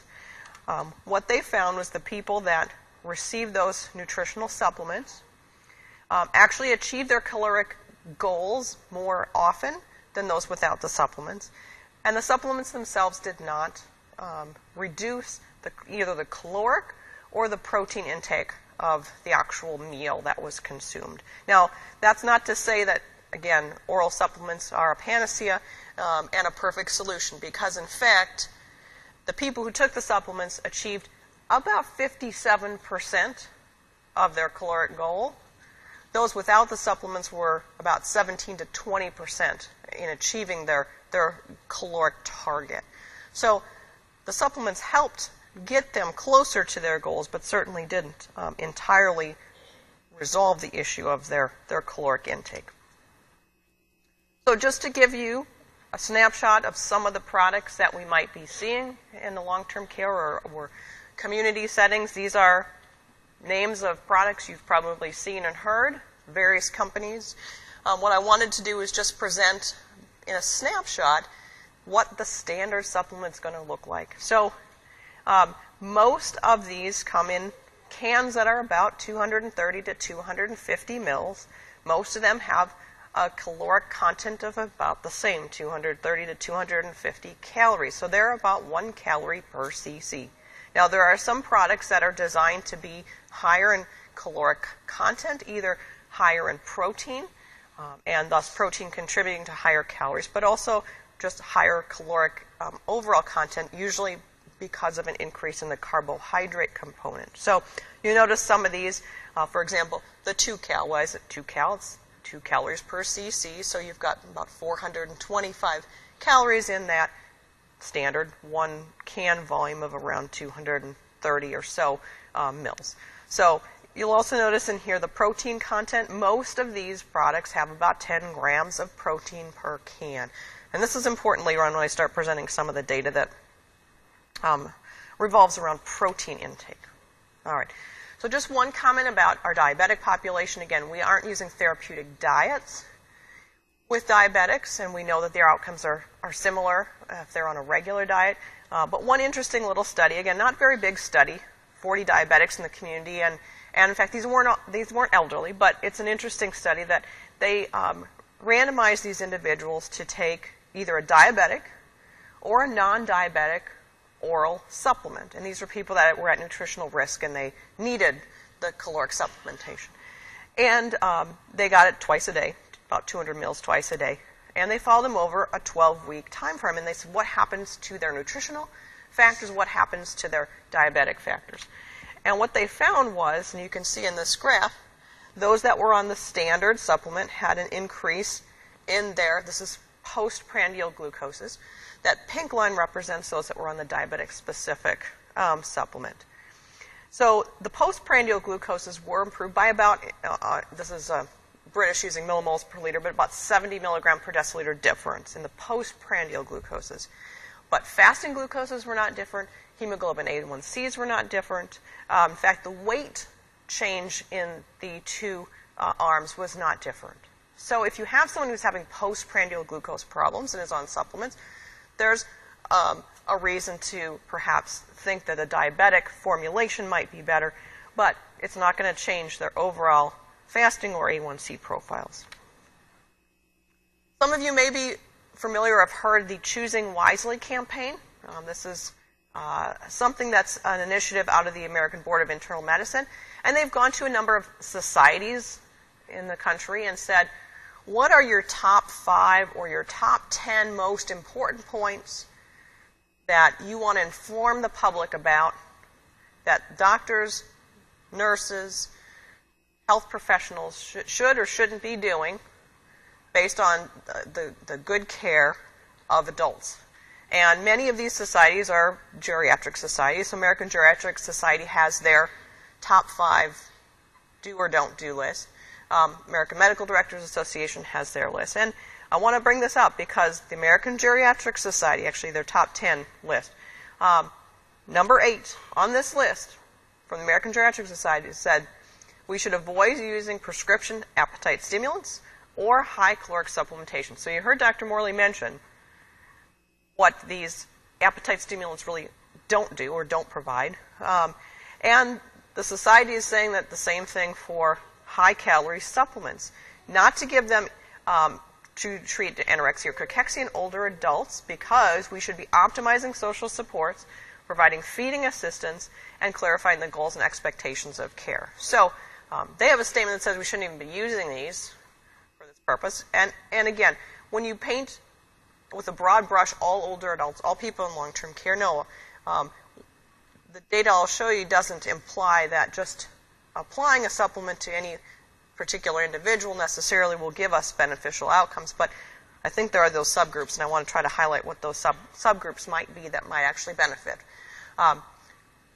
So, first of all, why do we give supplements? For the most part, we give supplements because of that inadequate caloric intake. So, people are losing weight, they're not eating enough calories. We think we should really be identifying that as the factor and making sure it's not because they're depressed or not because they can't chew or swallow, but losing weight because they aren't getting enough calories in. So, is this magic? Is calories in a can? No. I mean, you could supplement with other food types, but it is sometimes a fast and easy way to get a high-density caloric intake. But so what is the benefit in weight? And as Dr. Morley mentioned, people that lose weight are on a trajectory of higher mortality, and those people whose weight decline was halted had lower rates of mortality. So can we use this as a way to halt that weight loss and hopefully in a subgroup of people reduce their mortality? So Cochrane database analysis of 10,000 older adults. This was a mix. These were not just at risk, but actually normal individuals, at risk and malnourished individuals who were given caloric supplementation, and the weight was increased by 2.2%. And most of the studies you look at, the weight gain will be somewhere between 2 to 3 kilograms. Okay, so a Cochrane database analysis shows, yes, giving supplements will improve weight. And in fact, that's consistent time and again. Even the small studies show this benefit. So, but is weight gain alone enough? And that's the argument I'll present as we move forward. So in another meta-analysis, again, same situation, what can we expect in relation to weight gain from the use of nutritional supplements? This was 12 studies, about 1,000 individuals, and they received about a can and a half of a supplement. And what did they find? They found that weight did increase. And although it's small, you can see the diamond there doesn't cross 1 in the relative risk, and so it favors the use of the oral supplementation in relationship to allowing weight gain. And the same was true for body mass index. But what didn't we find? Well, we didn't find that across the board these folks had improved mortality, improved functional benefit, and that's with one exception. And the exception is when they took the subgroup of individuals out who were malnourished, there was a small benefit in mortality in that group. So again, giving supplements across the board to any older adult just because doesn't necessarily give us a benefit other than perhaps a few kilograms of weight gain, but the mortality benefits can be seen, although small, but in that group that's actually malnourished. So again, is weight gain alone enough? We'd like to think that there's other benefits, and in fact, as Dr. Morley mentioned, you gain weight as an older adult, you're gaining fat. You're not necessarily gaining muscle unless you're exercising. I'll talk about that. And yes, there are benefits of gaining fat if you gain it in the right place and you fall, and hopefully you won't fracture. But you don't want people just to gain fat. You'd like them to gain muscle. You'd like them to gain functionality. And so what is the data about rehabilitation and function with supplementation? So, again, another meta-analysis. And these are all very recent studies. These have all, for the most part, come out in the last 3 to 5 years. So this is fairly new data. And this meta-analysis was 6 trials, approximately 700 individuals, again, age in the 80s, which is good. This is the population we're looking at. Some of these studies are community-based. some are nursing home based. So not all the data that I have to present necessarily is specific to long-term care, but most of these meta-analyses include populations that overlap into community and to long-term care. So they looked at outcomes of mortality and readmissions. These were post-hospital individuals, so people who had just had some sort of illness or functional decline. And what did they find? Weight and caloric intake increased in all groups. All right. But when you start looking at mortality, which is the top box, and you look at readmission to the hospital, that's the bottom box, again, you see that diamond crosses over 1. So the odds ratio is not in favor of either the supplement or no supplement related to mortality and readmissions. Again, these are pooled mixed studies of all comers. And there were 2 trials, though, where they did see functional improvement. Right? In the pooled analysis, no increase in functional improvement. But what the biggest study, probably the best of those 6 studies, was the McMurdo study. And that looked at oral supplementation given to specifically the undernourished older adult who leaves the hospital. This was 250 individuals. They were community dwelling to begin with. They were in their 80s. And after hospitalization, they were randomized. They got either 600 calories per day or a 200 cal control for 4 weeks. And they looked at functionality, ADLs, falls, transfers, etc. And what did they find? They found, like our other studies, weight increased in this study about 1.7 kilograms. And what were their functional benefits? Well, hand grip strength, I think Dr. Morley alluded to that in one of his slides. But the Barthel index, walking speed, wasn't improved. So just hand grip in this study. And this was the best study of functional outcomes. Now, they found this benefit in those that were supplement adherent. So I underline that, supplement adherent. Because we all have noticed, you walk into a room and that supplement's sitting there. It's on the tray. It's on the nightstand. I've walked into rooms and seen about 30 cans stacked up in the corner. They just keep accumulating. All right. So obviously you have to take this for this to be beneficial. And some people don't like the products. They don't like the taste. They don't like the texture. You can blend them up. You can put them with fruit and ice cream, make a fruit smoothie. This is what I suggest to families in my clinic, that if they don't like the way they taste, you can try to mask it that way. But you have to take it, obviously, to get any of the benefit. So what about some specific subpopulations? Again, if you can't just say any old hospitalized older adult who gets sick needs a supplement to improve their functionality. Improve weight, yes, but functionality, hard to make that argument that that's beneficial. Well, the hip fractures patients. Obviously, hip fracture is a very devastating condition associated with a lot of mortality and morbidity, and clearly they have functionality to recover. They have healing. They have muscle and bone building to achieve because they've been immobile for at least a week, usually in the hospital with the surgery. So what does the data say about this population? So there are 2 studies that look at this, and specifically nutritional supplementation for post-hip fractures, 10 trials, no change in mortality, and no change in mortality plus when they add in the complications. So complications of pneumonia or DVT or falls, etc. Data doesn't support that. Now, this meta-analysis included not just oral supplementation, but people who were enterally fed and had IV nutritional support, etc. Okay. Another study, clinical benefits, again, of oral supplementation for hip fractures, a smaller study, a randomized study, and more recent than that other analysis, which was done in 2010. And this small study looked at those post-hip fracture patients given supplementation of about 500 calories a day. They saw increase in weight and BMI. Again, that's very consistent across these studies. Decreased length of stay in infections, but again, no change in FIM as one marker of functional outcomes. All right. So kind of disappointing data that these folks aren't improving, and why might that be? And I'll talk a little bit about perhaps the role of protein in supplementation, and maybe that's a factor in this.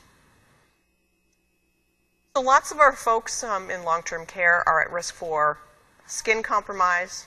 They may have pressure ulcerations. They may develop pressure ulcerations. And undernutrition or malnutrition we have identified as a risk factor for skin as an organ dysfunction.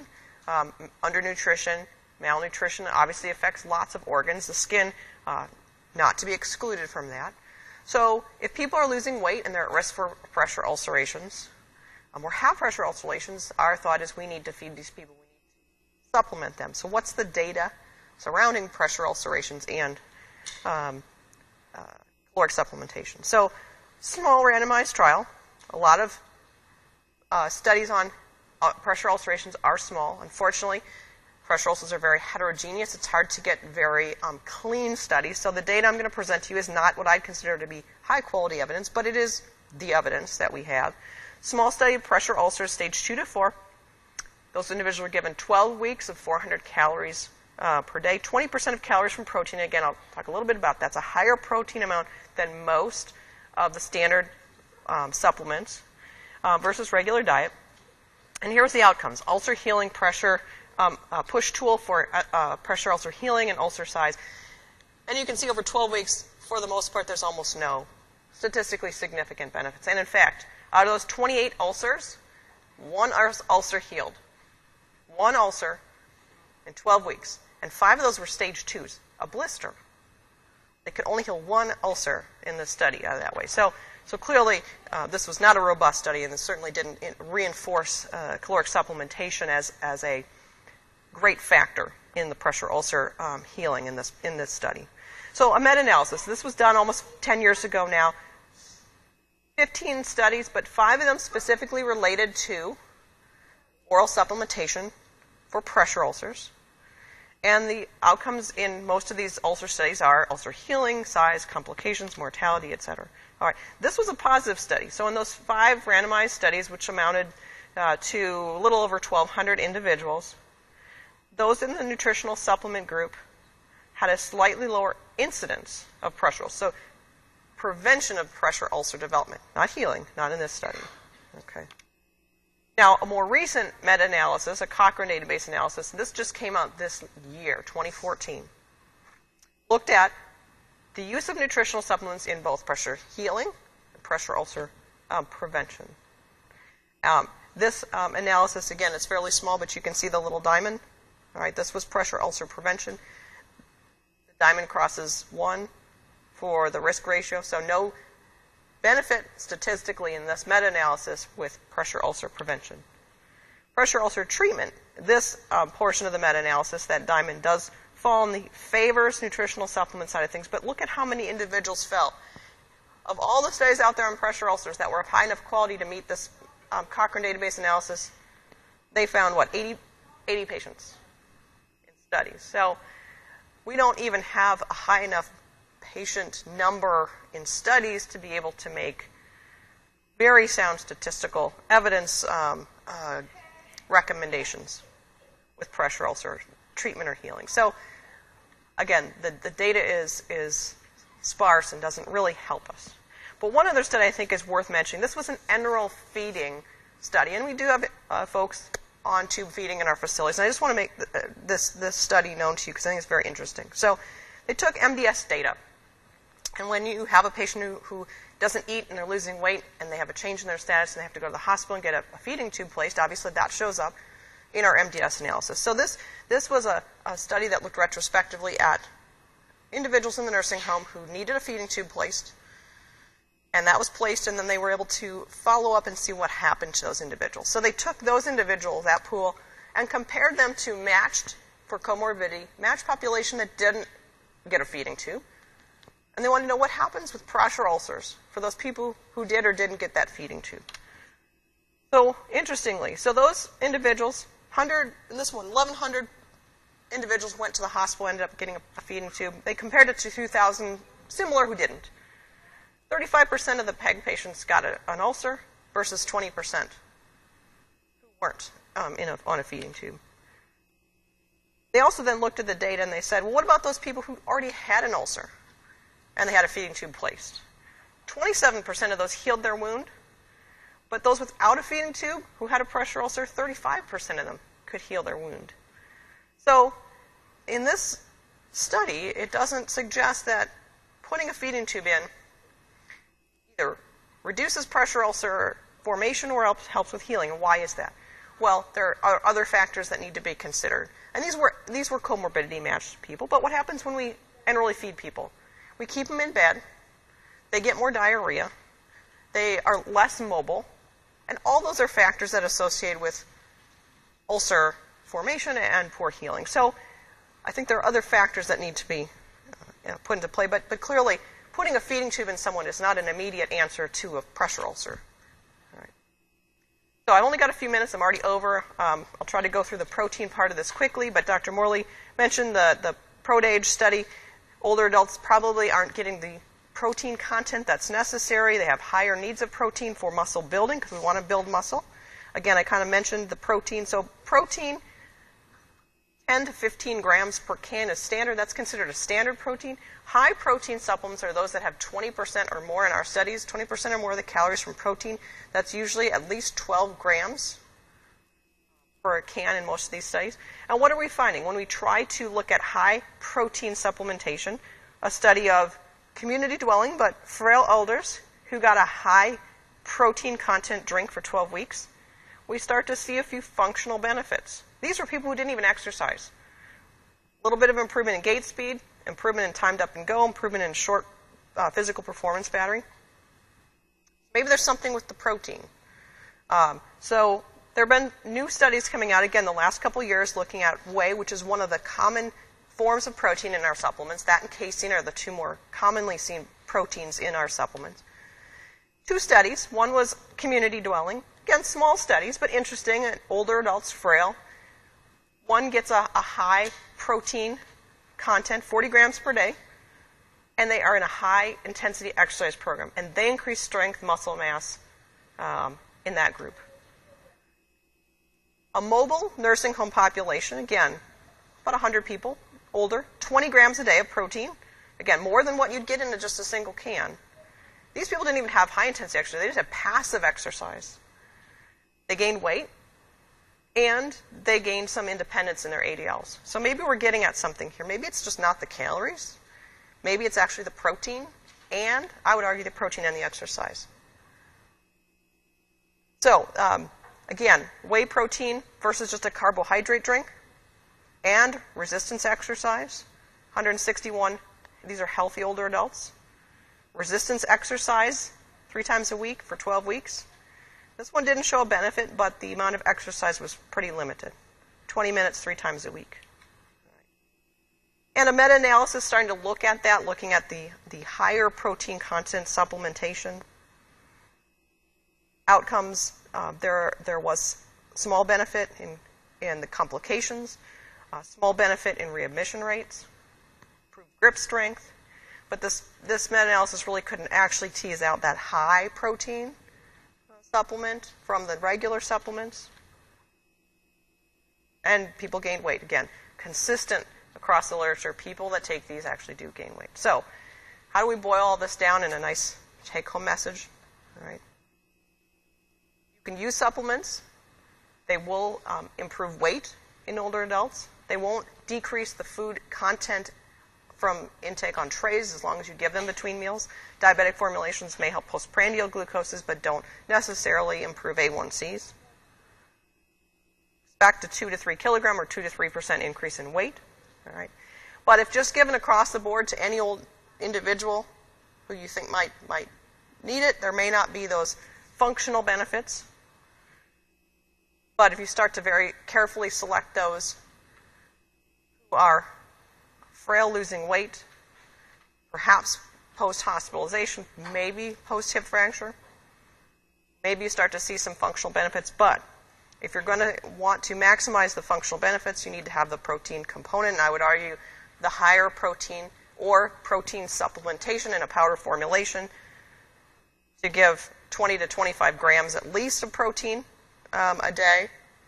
And in those folks with exercise, generally progressive resistance exercise, which is not the standard exercise program we have in our facilities. But if you use that resistance exercise targeted exercise program, that's when we start to see some of these benefits. At least that's what the literature is able to demonstrate for us in conjunction with the supplementation. And with that, I'll end. I'll take a question or two, and I not to deter you from getting your snacks and getting a little bit of stretching. So, yes.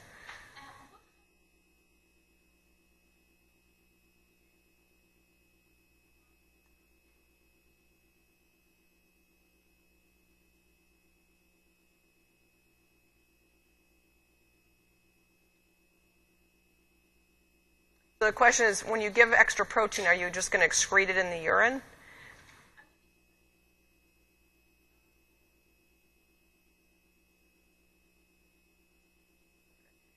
The population we're giving too much protein may be detrimental, as in the chronic kidney disease, end-stage renal disease patients. But most individuals, according to this PRODAGE study, most older adults are not achieving their protein goal. Yeah. Yeah. And again, 1.2 to 1.5 grams per kilogram per day is a target. So you actually have to calculate what their target is. Yeah. Yes.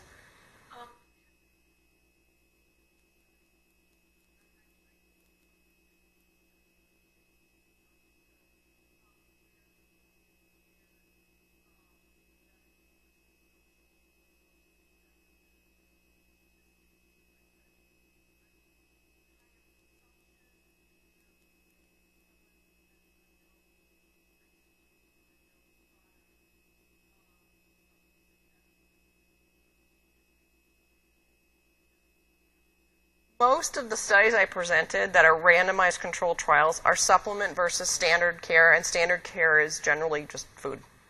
So most of the data I'm presenting to you, unless I say it's a high supplement versus a low supplement, most of the control arm of those are standard diets.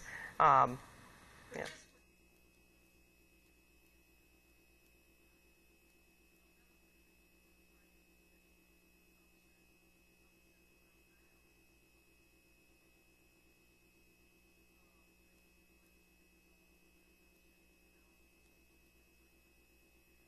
Well, you know, there's a data in the end of life population in dementia that's a good example that feeding tubes, giving the calories doesn't necessarily give them any of those benefits compared to attention to, you know, hand feeding, dedicated feeding regimen. So that's an example. So again, you know, are supplements magic or malarkey? Well, no. If you can get the calories in using other food products. And other protein forms, I'm not saying that the supplements are superior. The supplements they're easier, not necessarily cheaper, but in many cases easier. And again, that's not to say that that's better, but sometimes getting someone to drink a shake is easier than getting them to consume what would be an equivalent caloric load. Yes?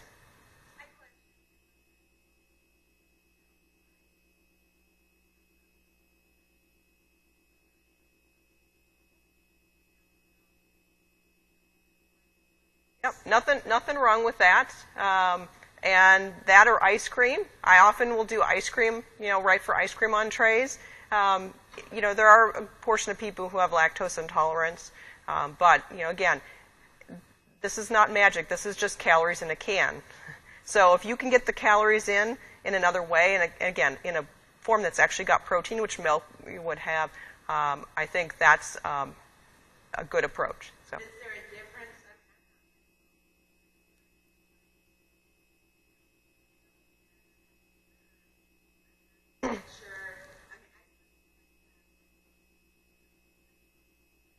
I don't think the protein content for volume is the same in milk.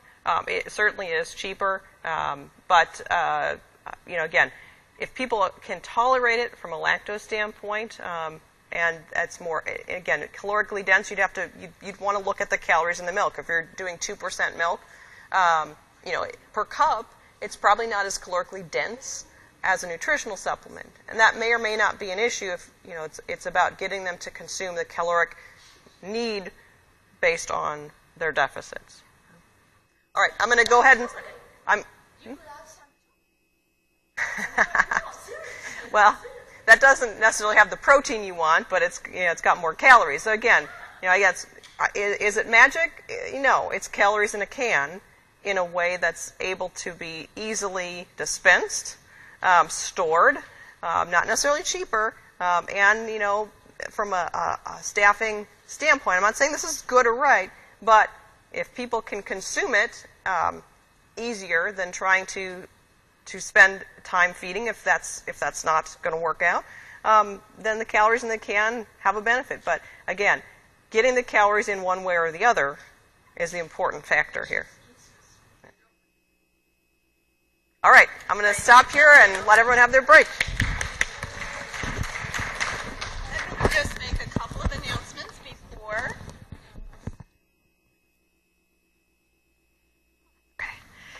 We'll talk about how these new guidelines differ from the old guidelines and how we can apply them to our elderly population, particularly those in the nursing home. I'd also like to introduce the new cardiovascular disease risk calculator that came out with this set of guidelines. And we'll talk about the one big trial that's been done on statin use in the elderly, called the PROSPER trial. And also, if we have time, we'll talk about the links of statins to diabetes and also to dementia. And then for Dr. Morley, this is his specialty, we'll talk about VAP cholesterol.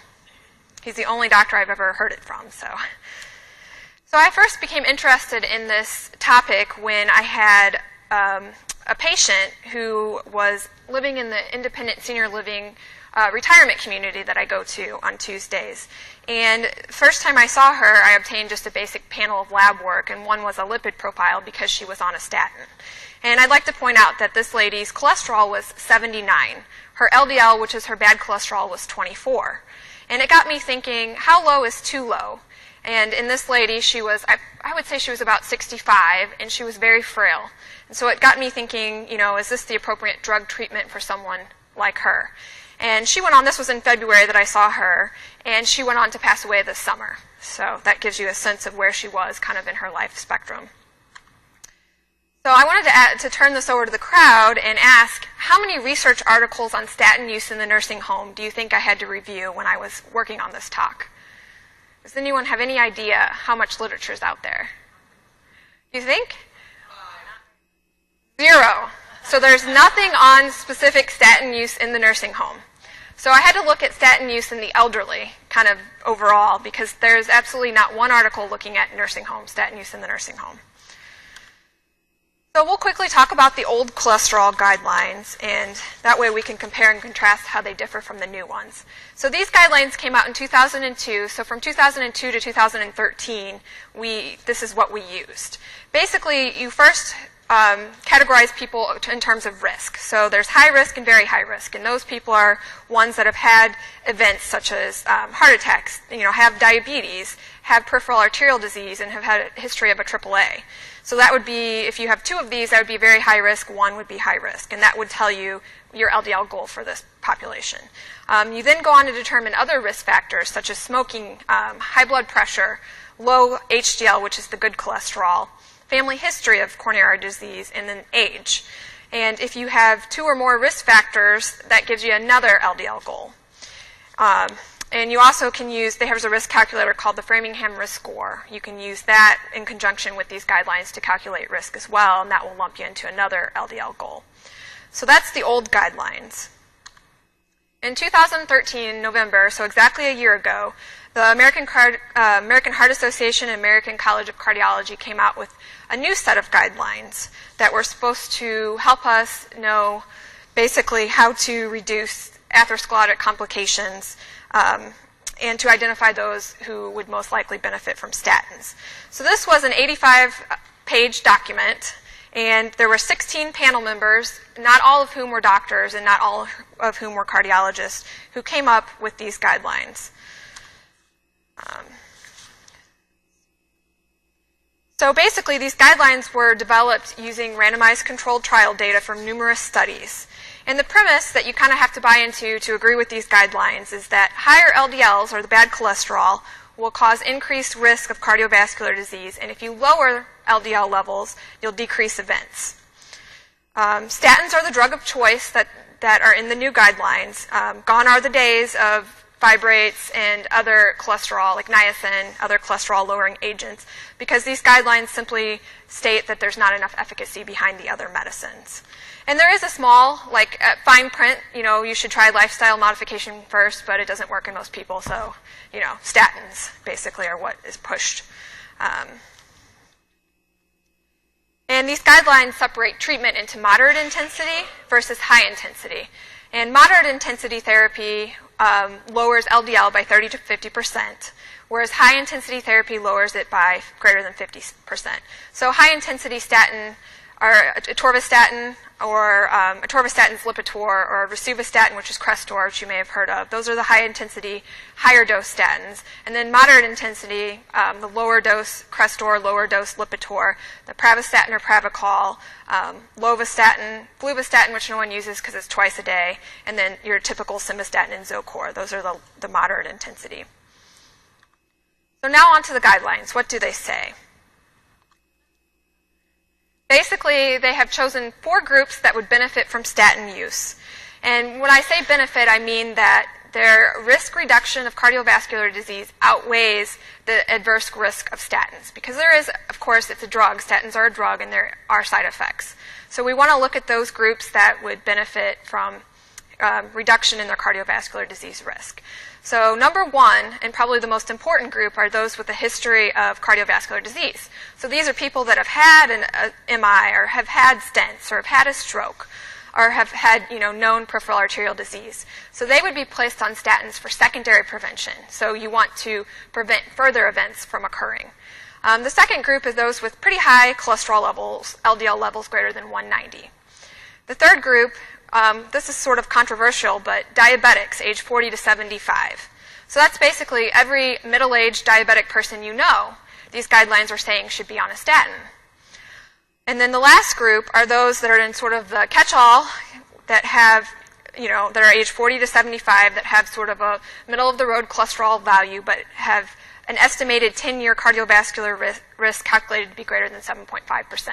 And you calculate it using the new risk calculator, which we'll talk about later. So this is sort of the chart that was in the original guideline paper.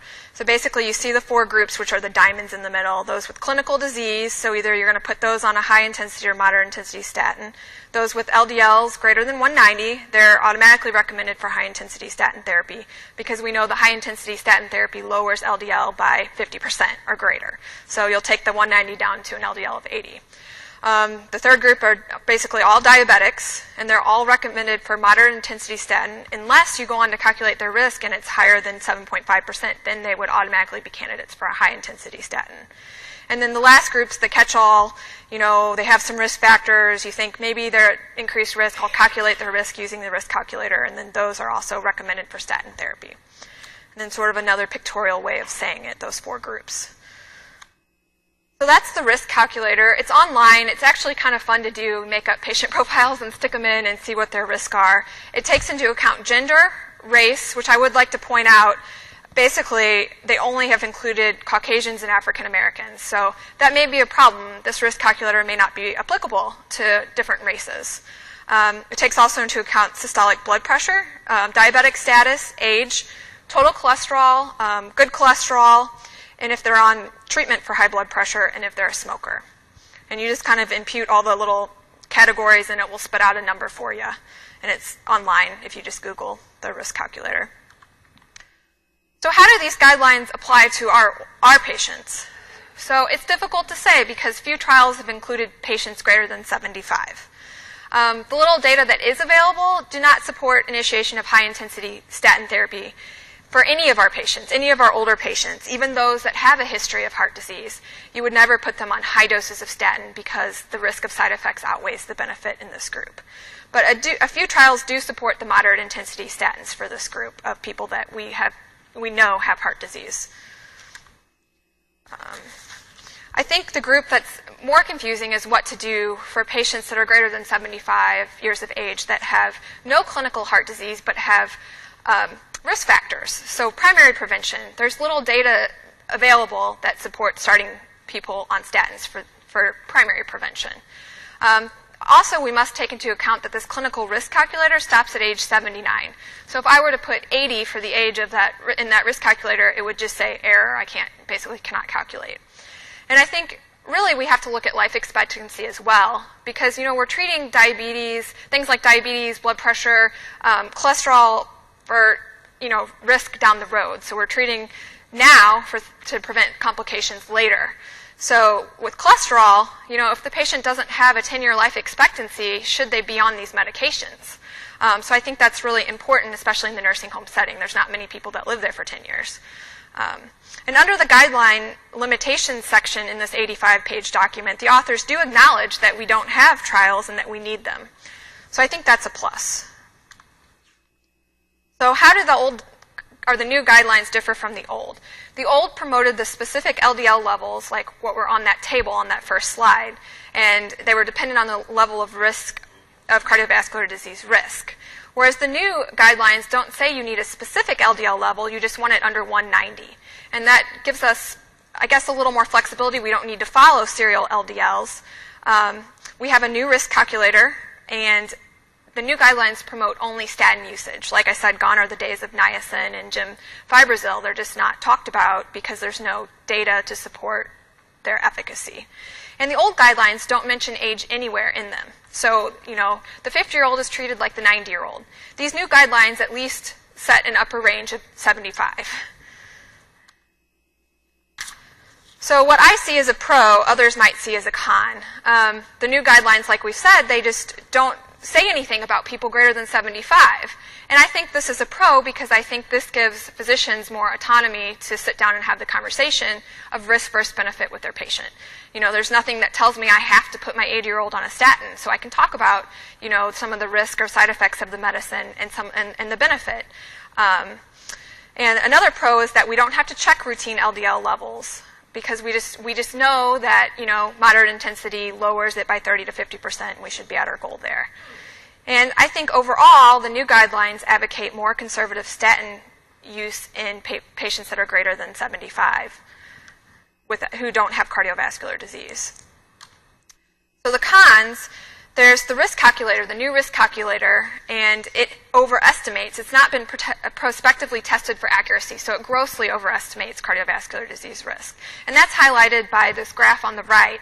So basically, they took study populations and looked at the observed event rates, so people that were had strokes and MIs, and that's the blue bars. So those were as the study went on, those were the people that actually had them, and then the red bars are those that would be expected to have them based on the risk calculator. So the risk calculator is saying that, almost in some cases twice as many people are going to have these events, these cardiovascular disease events, and really we're not seeing that in the population. So this new criteria could result in greater than 45 million Americans, which is 1 in 3 adults, who do not have a known history of cardiovascular disease to be recommended for statin treatment. And I think it's also important to note that 8 of the panelist members, which is half of the panel because there were 16 people, had ties to drug companies. So I liked this quote from a doctor who did a JAMA editorial. And he said, "This apparently seasoned integration of data and opinion eventually would lead to massive use of statins at the population level, i.e. statinization. It is unclear whether this would be one of the greatest achievements or one of the worst disasters of medical history." So I think that's a good way to look at things. So we'll do a quick refresher on statins. Basically, statins block the first enzyme in the cholesterol biosynthetic pathway. So it's important to note that most of the cholesterol that is in our blood is actually made by our body. And contrary to what we usually think, it's not consumed by dietary sources. It's actually synthesized by our liver. So statins reduce the rate of biosynthesis that our body naturally makes the cholesterol. So it decreases the cholesterol synthesis in the liver. They increase LDL uptake by upregulating the LDL receptors. So that means less cholesterol is in the blood and more it puts into the cells in the liver. And then statins also modulate the inflammatory response. So that's just a picture. It's basically liver cells on the right showing that decreases the synthesis and increases the uptake into the liver. So I wanted to talk about the PROSPER trial because this is one of the, there's really two trials that I came across that are even talk about statin use in the elderly, and this is one of the two. This is the biggest. So this is pravastatin in the elderly, and basically it's a randomized controlled trial that enrolled almost 6,000 patients ages 70 to 82 with history of cardiovascular disease and or risk factors for cardiovascular disease. Their baseline LDLs were 155 to 348. Half got placebo, half got pravastatin 40 milligrams daily, and that's an adequate dose. That's probably the most common dose of pravastatin. The follow-up in this trial was 3.2 years, and the primary endpoints that were looked at were non-fatal heart attack and stroke, in contrast to fatal MI and stroke. And I think a side note that's important is that patients with a mini-mental status of less than 24 were excluded from this trial. So I think that the applicability to some of our nursing home patients probably isn't there with this. So the results. It basically showed that pravastatin lowered LDL by 34% and reduced the incidence of primary endpoints by 2%. So if you were not on a statin, you were likely, you had a 16.2% chance during this trial to have a stroke or MI.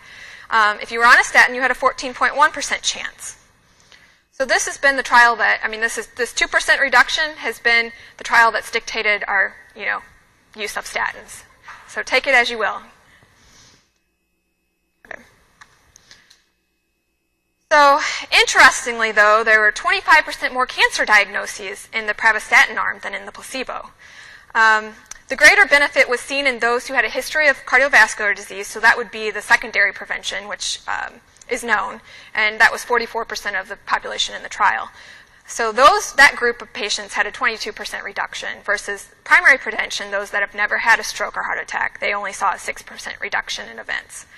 The stroke incidence was not significantly different, it was more the MI, actually. And then I found a follow-up study that extended this, extrapolated the results for another to 8.6 years, so almost 9 years. And interestingly, it's found that pravastatin group had no increase in life expectancy, despite there definitely was a lower cardiovascular mortality. But I think this is probably the most important slide, and I'll explain it. Basically, it says that when you extend to 9 years, the pravastatin group versus the placebo group, the mortality rates are the same. People are dying at the same rate. But basically, if you're on a statin, you're not going to die of an MI or heart attack or stroke. But you're going to die of cancer. So, or something else, something indolent, Parkinson's, Alzheimer's. So pick your poison. I personally think I'd rather the rapid cardiac death than, lingering on forever with cancer. But this is what's guiding our statin use in old people, this trial. So no one talks about that. They all say, well, we've got a reduction in cardiovascular events, and no one thinks to ask, well, what else are they dying of? And the answer here, it shows that the pravastatin group had an increase in cancer-related deaths. So we fixed the cholesterol, but I don't know if that's a good thing or bad thing. And one more note about the PROSPER study, it was sponsored by the drug company again. So even the numbers might be tweaked.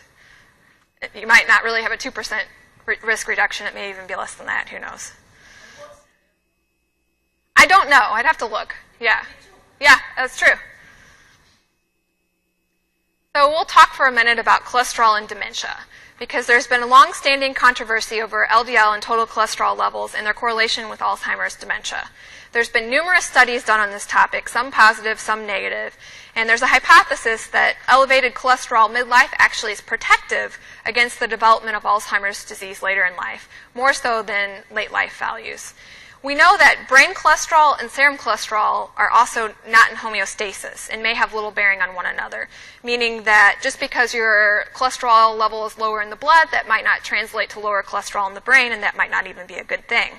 And we found this out from ApoE knockout mice, because they have high serum cholesterol and atherosclerotic lesions, but the brain cholesterol levels are similar to wild-type mice. So there was a Cochrane review done in 2009 that used two of the big trials done in the elderly, the PROSPER trial and the heart protection study. And there were greater than 11,000 patients that were aged 70 to 82. The PROSPER trial used pravastatin. The heart protective study looked at simvastatin. And cognition was measured throughout the studies. 3 years for the pravastatin follow-up, and 5 years for the simvastatin group.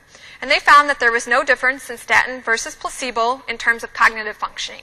And how they determined cognitive functioning is they looked at mini mental status scores, and they did some other tests, picture word learning tests and letter digit codes. So overall, they concluded that there were no detrimental effects on cognition, but also no evidence that statins prevent dementia. In 2013, Annals of Internal Medicine also looked at the same topic and did a meta-analysis and basically found the similar results. There was no increased risk of dementia with statins, no increased risk of Alzheimer's disease with statins, no increased risk of mild cognitive impairment with statins, and no worsening of cognitive function among statin users who already had impaired cognition at baseline. Sort of the graph depicting that. And there is an FDA black box warning on statins that came out in 2012 saying that you should really caution your use of statins in patients that have dementia. And I was wondering where that came from, because I've heard of this, but it doesn't look like the studies show, that there's a increased risk of dementia. But basically, this warning was based on case reports. And they found that the dementia that's associated with statin use is usually very subtle. It's not often detected by our standard testing like our slums or mini-mental, and it's rapidly reversible with cessation of statin use. So we'll look a little bit at statins and diabetes. So there was some buzz that they found that statins increase the risk of development of diabetes. So they looked at this in order to publish the new guidelines. This was looked at extensively, and it's true. There was a Lancet meta-analysis done that included 13 statin trials with almost 100,000 patients, and they found that statin therapy was associated with a 9% increased risk for development of diabetes. And this risk is highest in older patients. So in the PROSPER trial, that showed the highest risk. So basically, the treatment of 255 patients with statins for 4 years resulted in 1 extra case of diabetes. And basically, this is showing that similar results among the different statins. So the rate does vary by intensity. So higher doses, are more predisposed to the development of diabetes. And the panel comments on this and says that the occurrence of a heart attack or stroke is much greater harm than development of diabetes. That's why they, went on to publish their guidelines. And the mechanism of action is unknown, and this is one of the areas that the panelists identified that needs to be researched. So now on to VAP cholesterol. It's kind of our last segment here. VAP cholesterol it's basically a specialized cholesterol test. It's a lipid analysis, so it measures the cholesterol concentrations and fractionates the LDL, which is the bad cholesterol, into subclasses. And then these classes are mapped into a graph. So basically, not all LDL particles are the same. The LDL we think of as the bad cholesterol, but there's also good bad cholesterol. The larger, fluffier LDL particles are non-threatening, so that's kind of the good bad. And the smaller, dense LDL particles are the ones that cause artery clogging. But when you get your standard lipid profile, your standard cholesterol test, you just have one value. You have an LDL value. It doesn't tell you whether this is good or bad. So typically they found that people that live into their 80s or 90s have this better type of bad cholesterol, which is probably why they're living so long. So this just shows there's the bigger LDL particles and the smaller LDL particles, and then the other particles that the test looks at. And this is kind of the results you get back there. I find them very difficult to interpret. And basically, SLU uses this test to say people are at less risk of cardiovascular disease. So Dr. Morley gets this test and takes people off statins when he finds that their LDL is mostly consistent of large, fluffy LDL. Whereas the rest of the world, or the cardiologists, use this to say people are more at risk. So they want to find the people that have the small LDL particles, and they want to hit them hard with drug therapy. So in conclusion, the new cholesterol guidelines do not really have any recommendations for primary prevention for those greater than 75. There are small amounts of data, however, that support statin use for moderate intensity or with moderate intensity doses for secondary prevention. But again, you must always use your clinical judgment in terms of risk versus benefit and then take into account functional status and life expectancy because you're not going to get immediate results. We need better design studies looking at this population, especially in the nursing home, since there are 0 studies done. And so what about our nursing home patients? Again, I think statins may have a role in secondary prevention. I mean, if you want them to die of other things other than heart disease, but the benefits must outweigh the risk.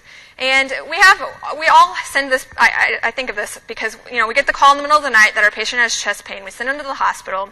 They have an MI. They come back on a statin. How long do we continue this statin? Some doctors I find say they continue at 6 to 12 months because statins do have anti-inflammatory effects.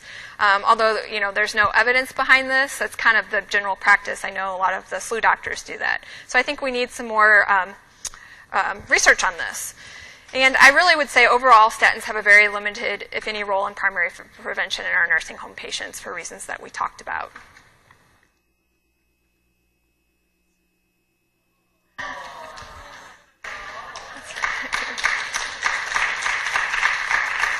Any questions? This was just a month ago. I actually have a 4-month-old at home, so.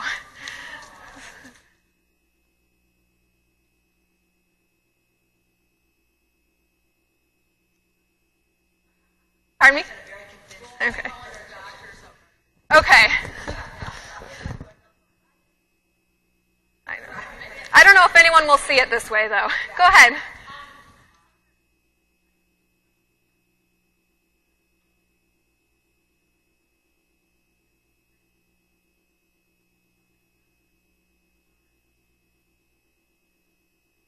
I would agree in most cases. I stop a lot of statins. Because in that age group, if you look at life expectancy, if they're in the hospital, are they sicker or frailer? Are they likely to live 10 years? Are they likely to have more side effects? The muscle weakness, the possible dementia, So you just have to look at the risk versus benefit, definitely. But I do stop them a lot.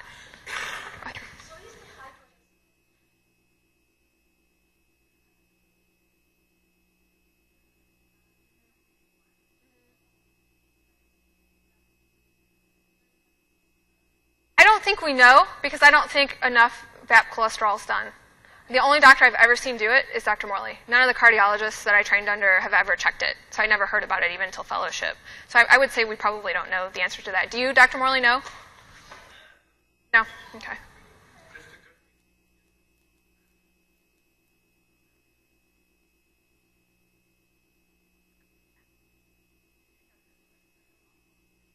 You can just stop.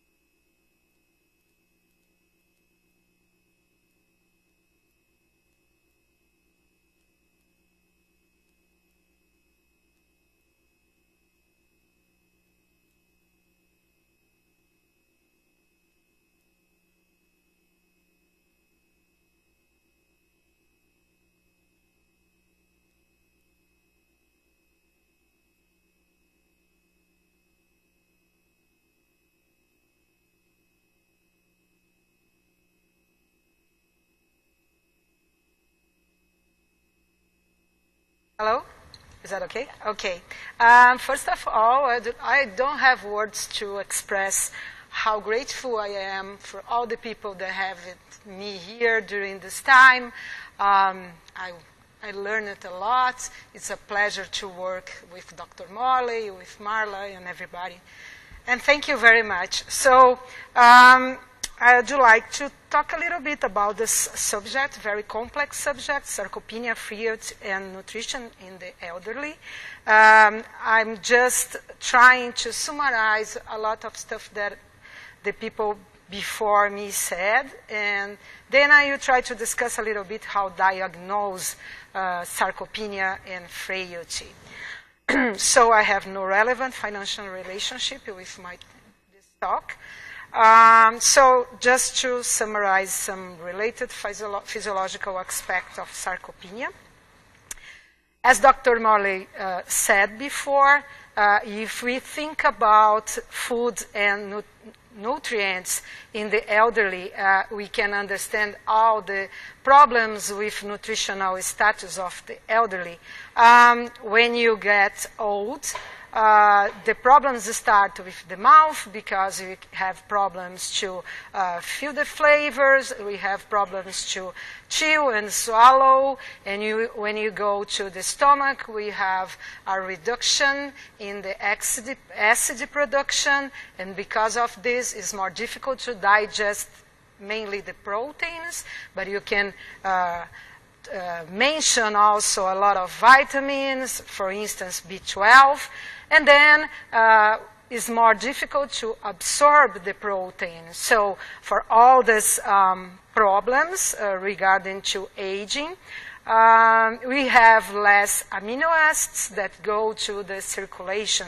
So after the amino, I will mention here more the amino acids more than the other nutrients, but we need to remember that I'm talking about all the nutrients. So after the absorptions of the amino acids, about 85% of these amino acids go to the liver, and the liver will synthesize most of the proteins, mainly the ones that go to the circulation, to different roles, different functions of the protein. So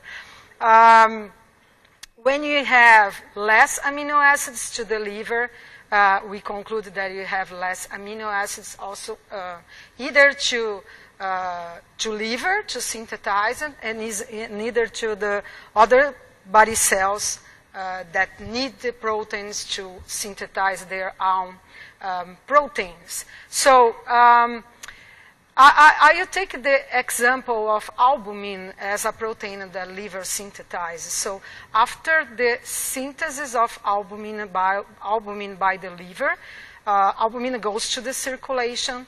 They remain circulating for about 20 days, and then this protein comes back to the liver, and the liver degrades this protein and reuse the amino acids, and these amino acids that came from the albumin is used more and more times until the time that the carbon skeleton is used to transform energy, and you just most of the time threw away the nitrogen.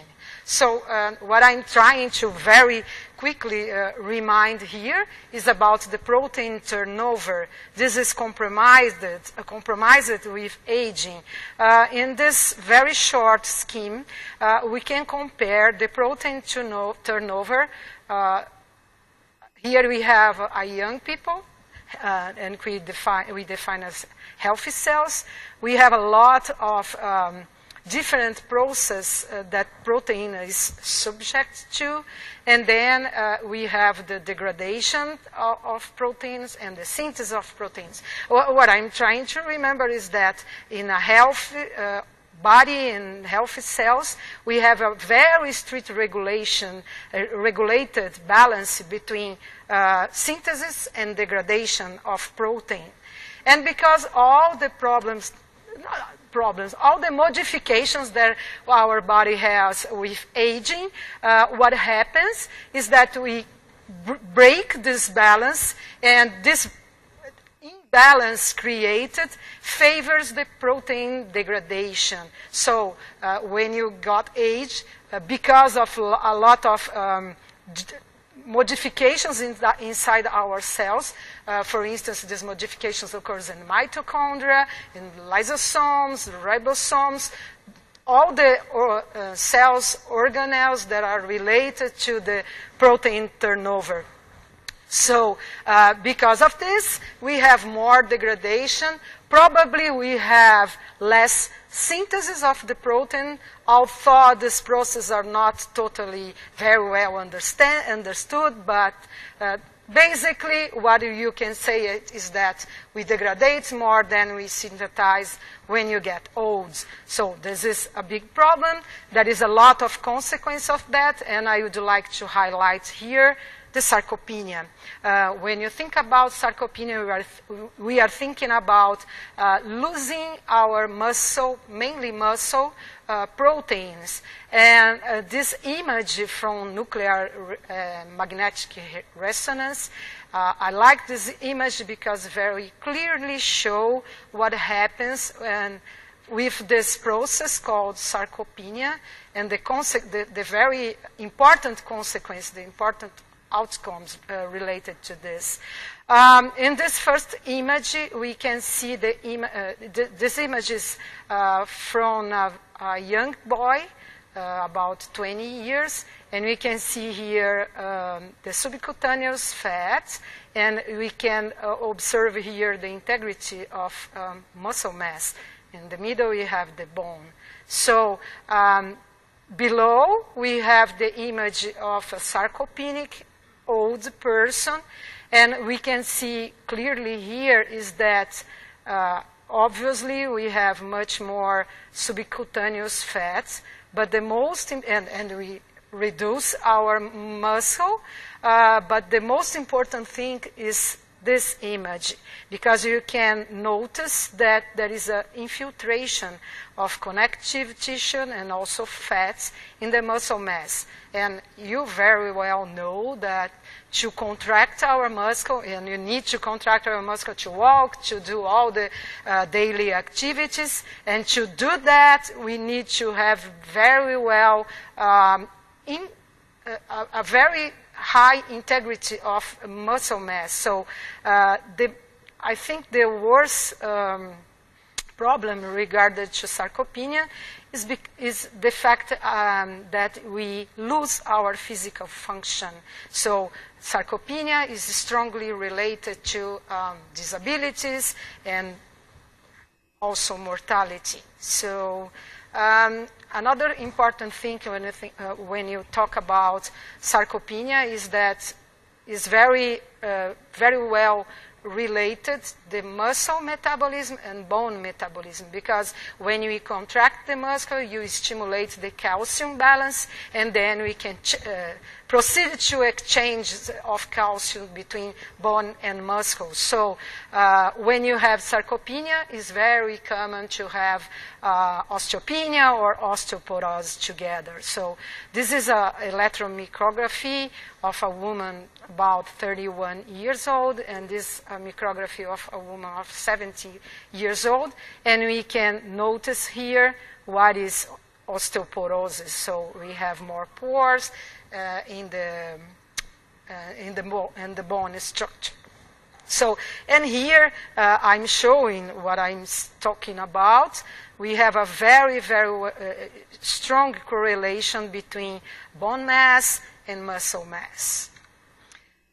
So there is a lot of symptoms that we can identify sarcopenia. For instance, recent weight loss, fatigue, frequent falls, muscle weakness, and low gait speeds.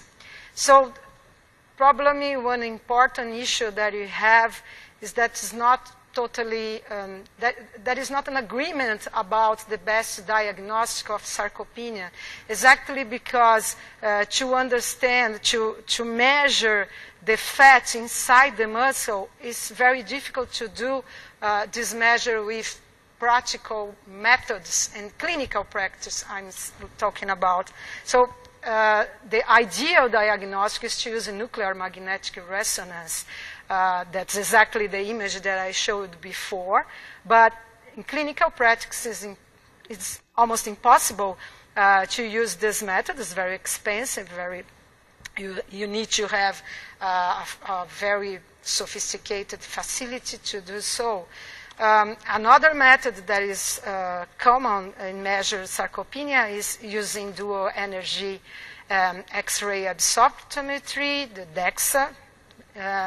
And the big advantage using DEXA is that you can measure the muscle and the fat and the bone in different limbs, in arms, legs, the trunk, and all the body. And from DEXA images, we can calculate, for instance, appendicular muscle mass, which is the more recommended method to measure sarcopenia. But if you think about, for instance, nursing homes or clinical setting, we need to look for more practical diagnostic. If you look to the patient, we can identify sometimes how muscle he lost.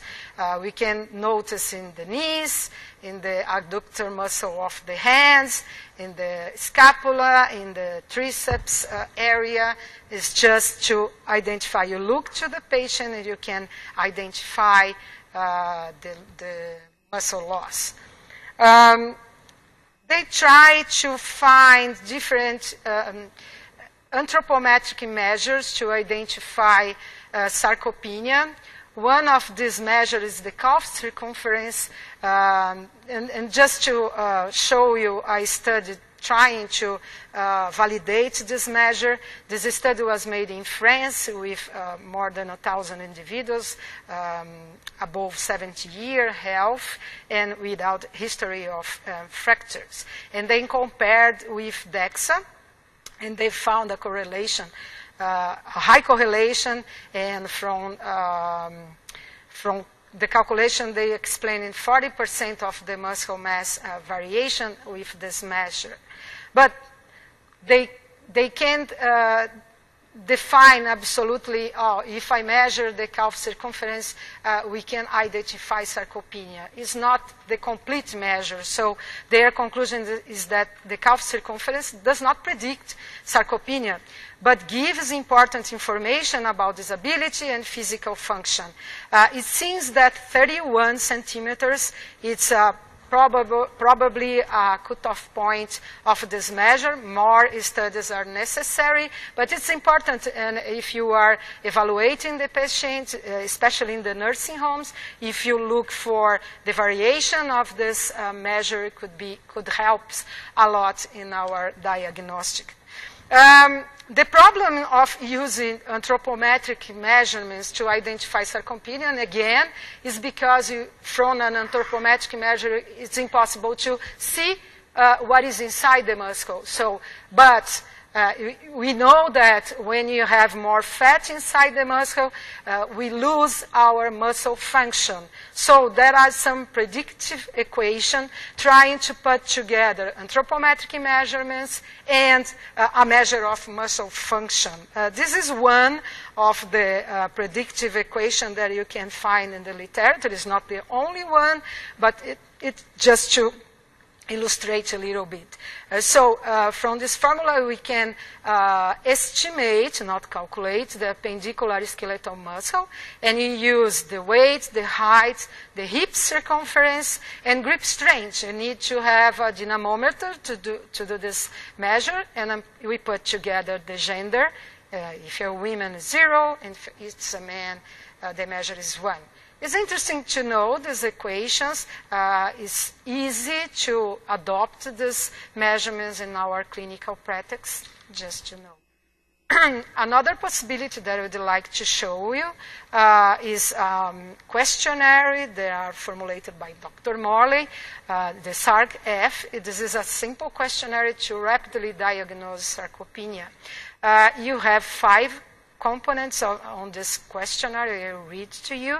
The first one is strength. You just ask the people, how much difficulty do you have in lifting and carrying 10 pounds? And the answer could be no, some, a lot, or unable. The problems are related to the higher number. Assistance in walking.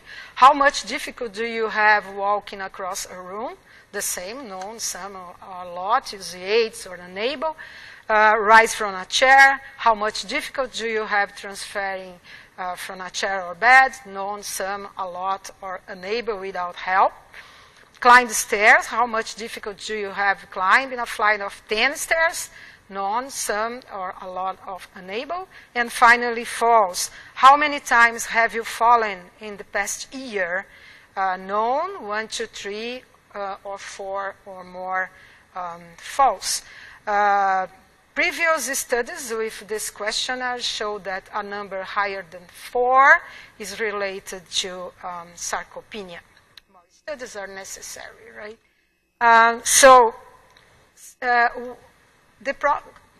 Sarcopenia has a lot of problems, but when you think about, I started my talk showing the problems to digest and absorb and metabolize proteins.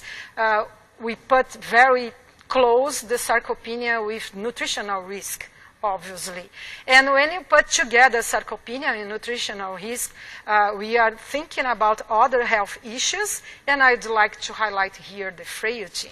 So frailty is defined as a syndrome, very common in nursing homes, and according to Linda Fried, one of the main authors related to frailty, we can read the definition. Frailty is a recognizable clinical syndrome marking decreased physiological reserve and resilience. This is the main point. You lose your resilience to go back to your health status, or anyway. And frailty involves a vicious cycle culminating in disability and or mortality. Clinically thought to be a risk in the face of stressor for mortality, falls, disability, dependency, delayed and incomplete recovery, adverse outcomes, and hospitalization. This is a description of the cycle according to Dr. Morley and colleagues. So just to mention, frailty is related to falls. You reduce your mobility. The risk of osteopenia is higher. Consequently, the hip fractures is higher. And the fear of falling is high. And then you reduce your mobility and everything happens again. So you reduce your social activity. Incontinence is related to muscle problems, which is related to institutionalization, the risk of stroke, hospitalization, and so on. This is briefly the vicious cycle of frailty in the broad spectrum. One important thing, despite of the description of frailty, is that frailty is a reversible process. And this is the importance to identify frailty, because you can go back to your health status. Just to describe, according to Dr. Bruno Velas and colleagues, we can put all the elderly in 3 main situations. So we can be robust, frail, or dependent. So robust people, if you look not in the nursing home, but in the free living elderly, it corresponds to about 50% of the adults above 65 years. They are autonomous, absence of major disabling pathologies, and the main aim in this case is just prevention. When you talk about frailty, normally we have 2 classifications. Pre-frail and frail is about 30% of the individuals above 65, and frail is about 15%. It's reversible, as I told before, and it presents some signs that you have to identify: fatigue, slow walking speed, weight loss, sedentary, memory impairment, and social isolation. So frailty can evolve to dependency. It's about 5 to 10% of the adults. It's frequent in the nursing home. Presence of long-lasting disabling pathologies is not reversible, and is related to frequent hospitalization and institutionalization. And if you allow the people to come here to dependency status, this is irreversible. So the important place to look at and try to think about intervention is here, from here to here. But if we are here talking about nursing home, most of the people are pretty frail or frail, so we need to think about interventions at this point. To identify frailty status, according to Linda Fried again, we have 5 points to measure that they are unintentional weight loss, exhaustion, grip strain, gait speed. You reduce your grip strain, you reduce your gait speed, and you have low level of physical activity. According to Linda Fried, if you measure these points, you can identify frailty. And to do so, we spend a little time because here is a question that you can measure the weight and ask about the previous body weight. Exhaustion is from 2 questions from a depression questionnaire. Grip strength, you use the dynamometers. Gait speed, you measure a distance of about 6 meters and measure the speed of this distance. And physical activity, you need to use a validated questionnaire to measure the physical activity. It's a very nice way to identify frailty, but spends a lot of time. So Dr. Morley in Geriatric, they suggest a very quick investigation of frailty. And this is according to this acronym: fatigue, resistance, ambulation, illnesses, and loss of weight.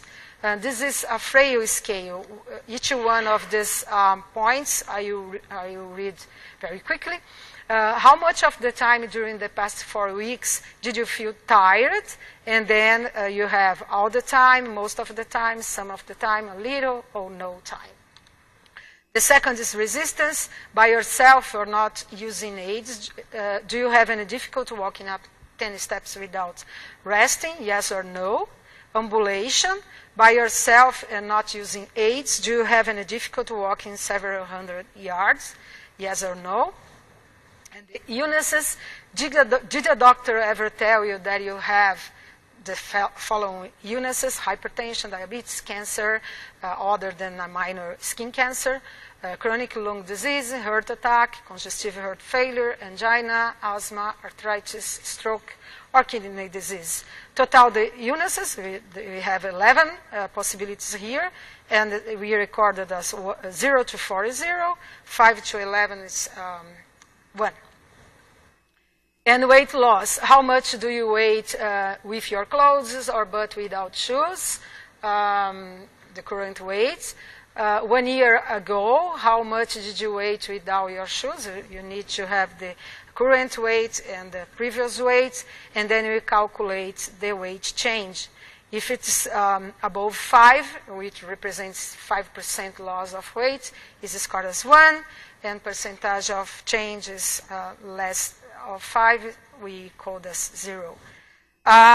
We have these questions in the brochure that you took outside today, but just to highlight here that when you talk about frailty, if you think about the criteria to identify frailty, grip strength, gait speed, and body weight loss, we put very close sarcopenia in frailty.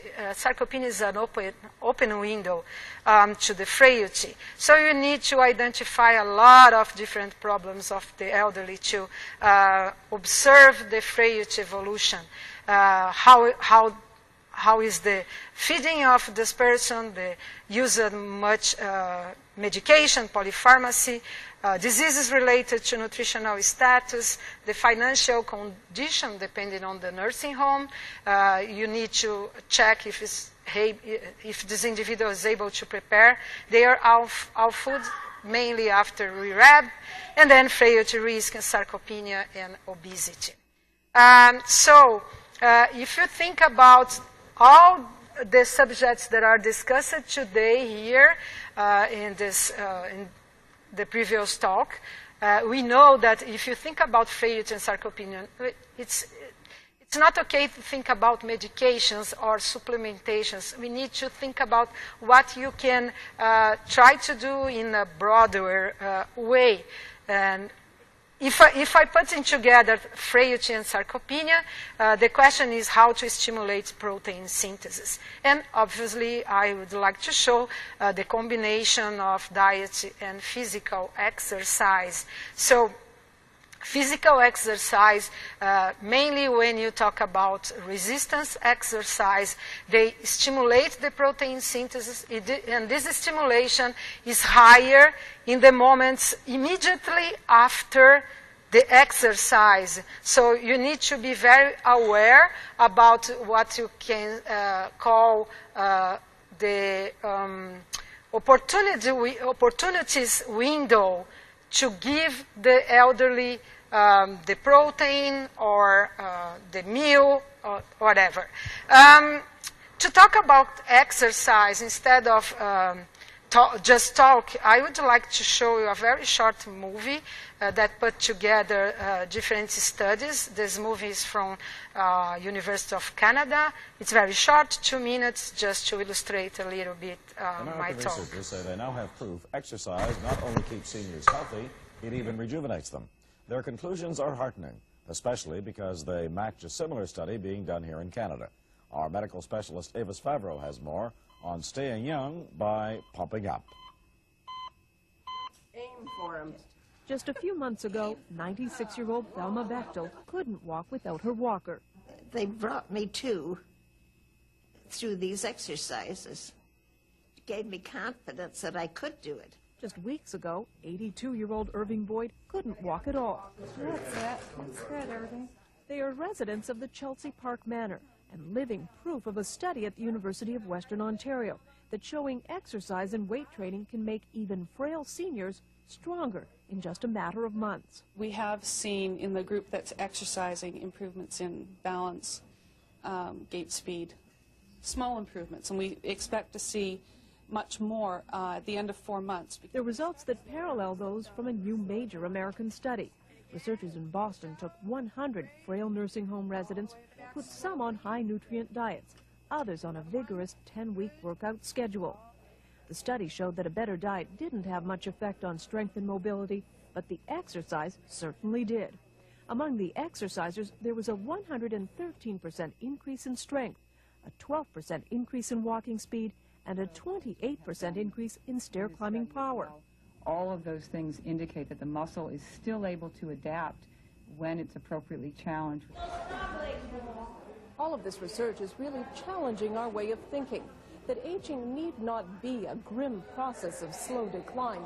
Rather, there can be healthy aging. That is, if seniors are willing to work for it. Joyce Hudson is almost 65 and now exercises several times a week. I've been far stronger and healthier than I was a couple of years ago. Canadian researchers at the Centre for Activity and Aging in London are now testing their exercise regimen in the hopes it will one day become a standard program for nursing homes across the country. Prescribing exercise may become a medicine of the future, helping to keep more seniors independent and out of wheelchairs. They probably won't live any longer. It's not the fountain of youth, but they will live a robust, healthy life up until the day they die. Perhaps the greatest testament to the powers of fitness comes from new converts, like 89-year-old Mary Service. They've got to that age that they can't do anything, but you can. You can make yourself do it. Avis Favreau, CTV News, London, Ontario.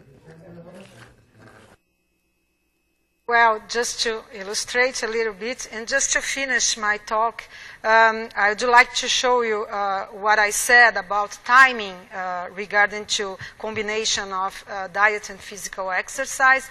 This is a study that I like very much. It's a very small sample, but it's a way to show exactly what I try to show you. So in this study, they analyzed 13 men. The average age was 74 years, and they were submitted to 12 weeks of resistance training. They are distributed in two groups. The two groups received exactly the same amount of calories and exactly the same amount of macro and micronutrients. So the only difference between the both groups, the first group is P0 and P2. The first group, they exercised, and then immediately after the exercise, they received a liquid meal. It's not only protein, but protein, carbohydrates, and lipids. And they drank this meal immediately after the exercise. And the second group, they received the same meal, liquid meal, but they used this meal only 2 hours about finish the exercise section. And after the 12 weeks of this training, they measured the sectional area from nuclear magnetic resonance, and here they are comparing the quadriceps muscle. This is the before and after. This is the group that had the meal immediately immediately after the exercise, and this is the group with 2 hours after. We can notice here the higher difference between this group from this. Again, they were not taking any supplement, any medication. They just ate in the correct time. This is the opportunity window that I was talking about. And this is the same putting together different muscle in the body. So just to show that with exercise and physical activity, we can for sure prevent or reverse frailty and sarcopenia. So my colleague Melissa will talk a little bit more about diet, and this is what I had. Probably we can answer the questions together after Melissa's talk, okay? Thank you very much. So.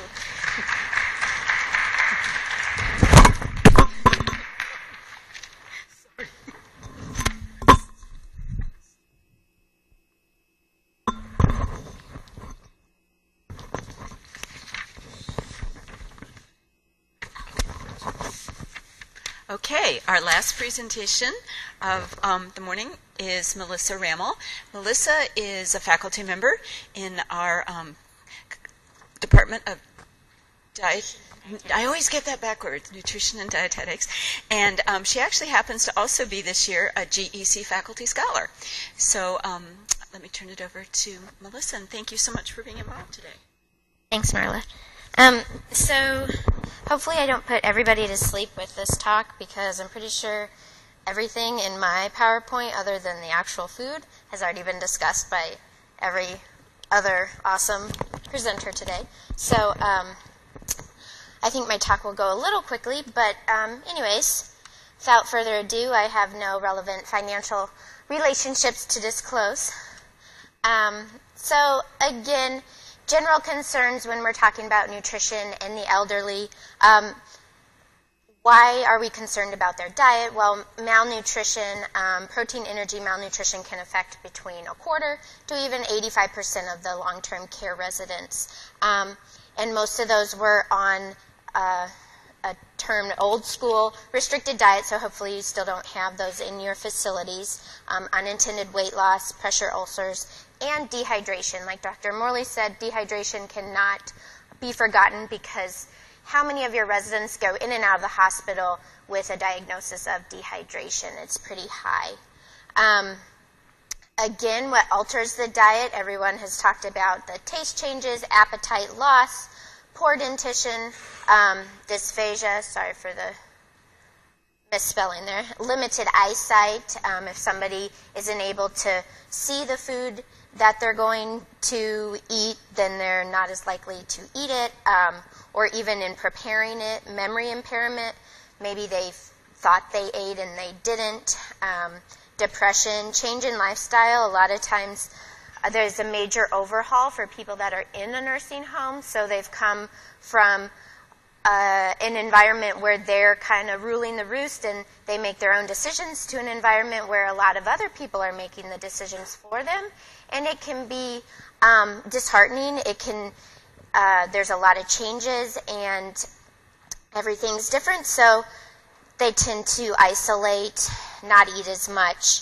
A lot of their friends are either dead or dying, so they don't have that social aspect, and they have to kind of relearn that in the nursing home, make new friends, and keep the old, which they're already dead. So social life too, again, that's a little bit different.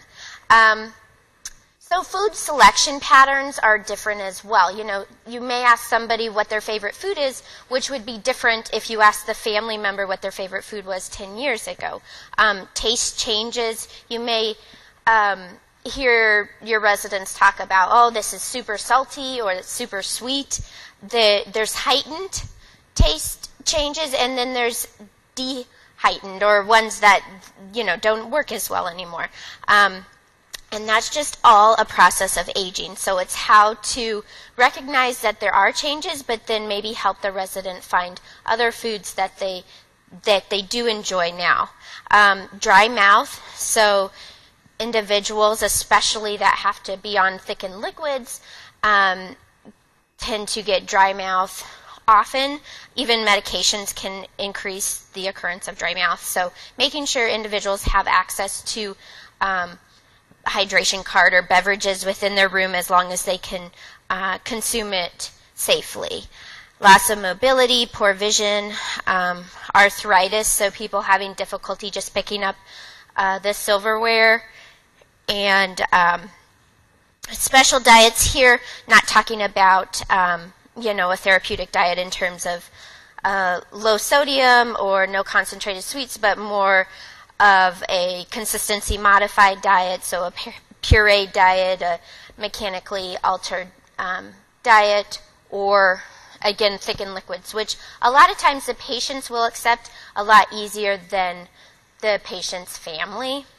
The patient family you know, kind of refers to it as baby food, and why are you giving my family member baby food? So explaining that, having the speech therapist kind of explain that with you is helpful.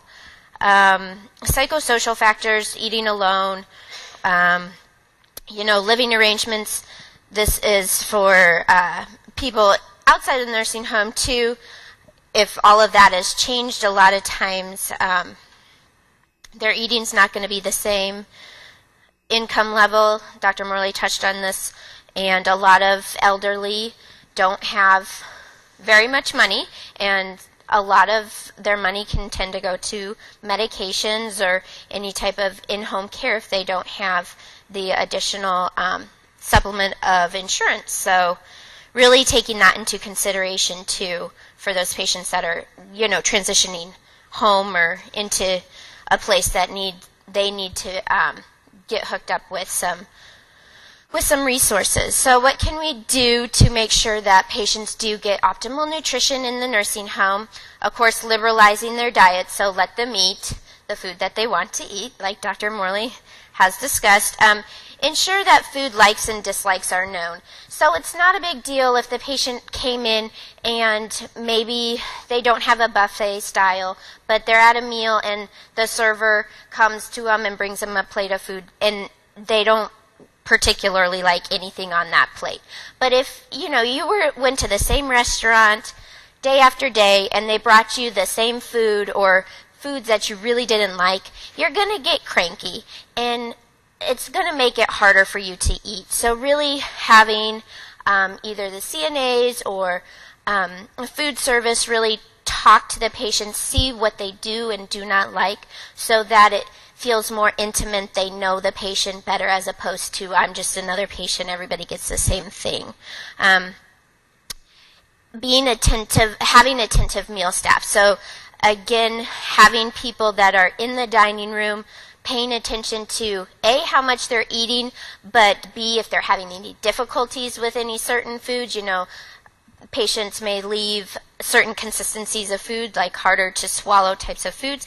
Are they having difficulty swallowing? Are they having dentition issues? Have they lost weight and their dentures don't fit anymore? All of those things can really kind of cue practitioners into making sure that everything is in set so that they can have optimal nutrition status and optimal intake. And then, of course, a proper medication regimen. We talk a lot about polypharmacy in the elderly, but also the timing of those medications. So if they've already eaten and they're last on the medication list to get their diabetic medication, you know, that's a missed opportunity. They're not going to be able to utilize that as well as if it was properly timed. So we do know on average that individuals greater than 70 are consuming a third less calories in general per day. So men are down less than like 1,000 calories, women 600 to 800 depending on. And even those ones that you would think, well, they're out in the community, they're probably eating better. A lot of them are, but some of them aren't. So paying attention to if you have a community clinic or anything like that, or elderly family members, making sure that, you know, the food that's in the fridge when you go to check on Monday isn't the same fridge the following Monday and is growing other food on top of it. So the problem with consuming, I mean, amongst a lot of other things, consuming so few calories is they're not getting the macronutrients, but also the micronutrients. And they tend to really eat energy dilute foods. So a lot of times an elderly patient may have like a piece of toast and coffee for breakfast. Well, that, other than the little bit of carbohydrate that's in the toast, is not really going to benefit their nutrition. So working with that and seeing how they can improve that throughout the day is very important. Oh, and to note, a lot of my nutritional requirements and recommendations are based on a geriatric nutrition text by Dr. Morley and Dr. Thomas. So everybody's familiar with My Plate. Tufts University also has come out with My Plate, or My Pyramid for older adults, and they also have My Plate for older adults as well. Is there anything different you guys see? I mean, obviously, other than the elderly, adorable, cute little people up here. They don't include those on My Plate. Hydration, right. So typically this is just, dairy. It's deemed dairy in the My Plate. So they show all kinds of hydration, including soup. And I'll talk about soup at the end. But anything else? Okay. Yes. So despite killing them with antioxidants, you can still encourage them to eat antioxidant-rich fruits and vegetables throughout the day, which will help increase their fiber intake because, I don't know, a few patients maybe have constipation in the elderly in the nursing home. Maybe a few. But then also here, it's not included on the general recommendations for My Plate, but the encouragement of oils, spices. Again, Dr. Morley talked about aroma. So, and typically nursing home type of food is not something that people, write home about, like, oh, it's the best food, I want to pack it up and take it to my room. But encouraging the chefs or the dietary staff to really plate the food nicely, like Dr. Morley showed, include fresh seasonings, herbs, spices. All of those things can really help with intake. Okay, so we know that nutrient requirements are lower for the elderly in terms of overall calories per day. And this just relates to lower resting energy expenditure and lower lean body mass. Despite your efforts in trying to maintain their protein intake and their exercise regimen, resistance training, there is an aging fact that you're going to lose some lean body mass, as is the same, your metabolism starts to decline, sadly. And then there is typically a lot of the nursing home patients are going to have some type of physiological dysfunction, which may impact their overall caloric needs, influenced by chronic disease and medications. And when the dietitian is evaluating the nutrient needs, really making sure that you consider their general health, how physically active they are, and what other chronic diseases they have going on. So general calorie recommendations, typically between 25 to 35 kcals per kilo per day. And that's just a quick estimation of calories. You're not going to get diets that are very specific calorically wise in a nursing home type of facility. You know, there's a range between 2,000 and 4,000 calories usually a day in the menus. But this gives you an idea if the patient's only eating 50% of that and they're only getting 1,000 calories and their needs are maybe 1,600, well, then you might want to try either some additional snacks or oral supplementation, not with the meal, before or after 1 hour, right? We all learned that? Okay, good. And then, of course, bumping it up if they're under some type of moderate stress. And you can do a more specific calorie calculation. Harris-Benedict, again, that's old school type of calculation, typically over estimates the caloric needs. So Mifflin St. Jour is recommended by the Academy of Nutrition Dietetics to use. It does use injury factors, so knowing kind of how to interpret those. And then if you have ventilated patients at your facility, the Ireton-Jones is the best. And then that's where calorie requirements and calorie calculations are going to be best, because your ventilated patients are not going to be eating, right? Right? Yes. So they're going to be on some type of enteral feeding, whether it's enteral or parenteral. So really making sure that you're meeting their needs that way is important. So even diets below 1,800 are low in protein, calcium, iron, and vitamins. So we know that protein is very important, like we've talked about this morning, but it's also a lot harder for patients to eat. And that's can be for many reasons. Maybe somebody never really ate a whole lot of protein, but it's also meats. They have a different smell and aroma to them, so if they're not cooked properly or if they don't have anything added to them, they're not appealing.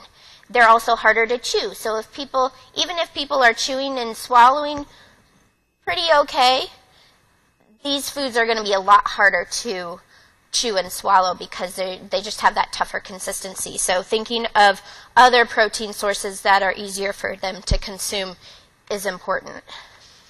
And then nutrient-dense foods. You know, I can't remember now.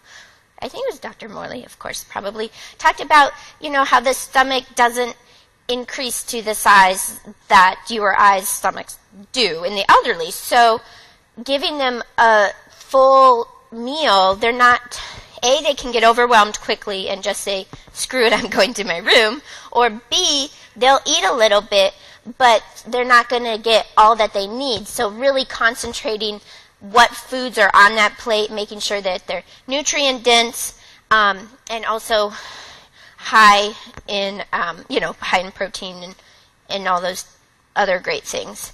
So in general, carbohydrates pretty much similar recommendations for the general population, but of course here we want to prevent gluconeogenesis. We want all of the carbohydrate to go to energy stores so that they're not pulling from muscle or fat in this case.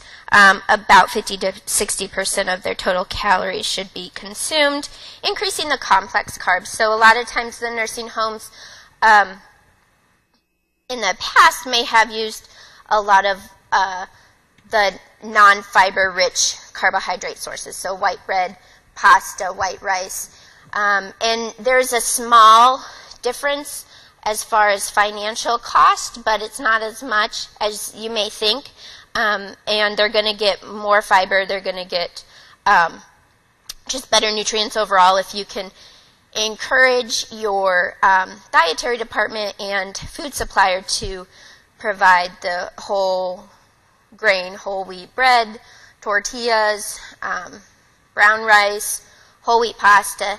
Now, the other piece of that is if the patients are going to eat it, because these cute little 80-year-old patients were brought up on the white breads and pastas, so it's going to take a minute to not only educate the patient, not force it on the patient, and also just talk with them about, the taste isn't as bad as you think, trying to maybe do some taste tests with them and see what they like. This patient really doesn't like white bread, but they'll eat the brown rice. Or this patient likes the wheat bread, but heck if I'm going to eat that, brown pasta.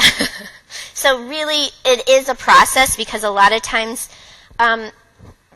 patients will change their habits, but a lot of times the mentality is, I got this far, I'm not going to change what I'm eating, so bye-bye, or in not so nice a fashion. So hopefully you can establish that relationship with the patient and to help them eat healthier. Not going to necessarily prolong their life, but the quality.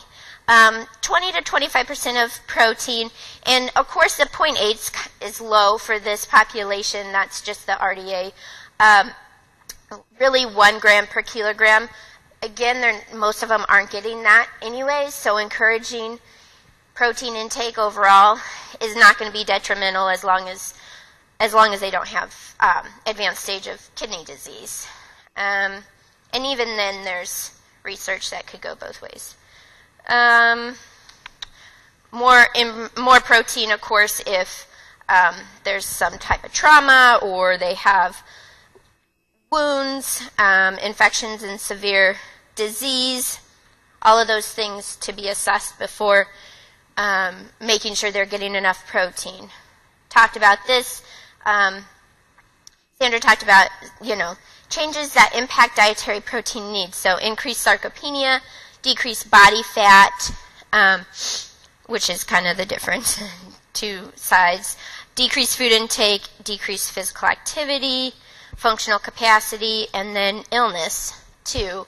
You can't forget. And these people, they bounce back slower. So it's going to take a minute for them to kind of get up to speed, which just tells you how important it is for them to try to prevent any type of nutrition or malnutrition-related illness. Okay, so I'm talking about protein indicators, even though Dr. Morley nicely put that they are not a good, really, measure of your protein or your nutritional status, which they aren't, and evidence shows they're not. But raise your hand if the facility you work in still uses them as some type of indicator. Anybody? A couple. So in that case, and typically, we're going to see albumin. Sometimes you'll see pre-albumin. So you'll just have to justify why those numbers are lower.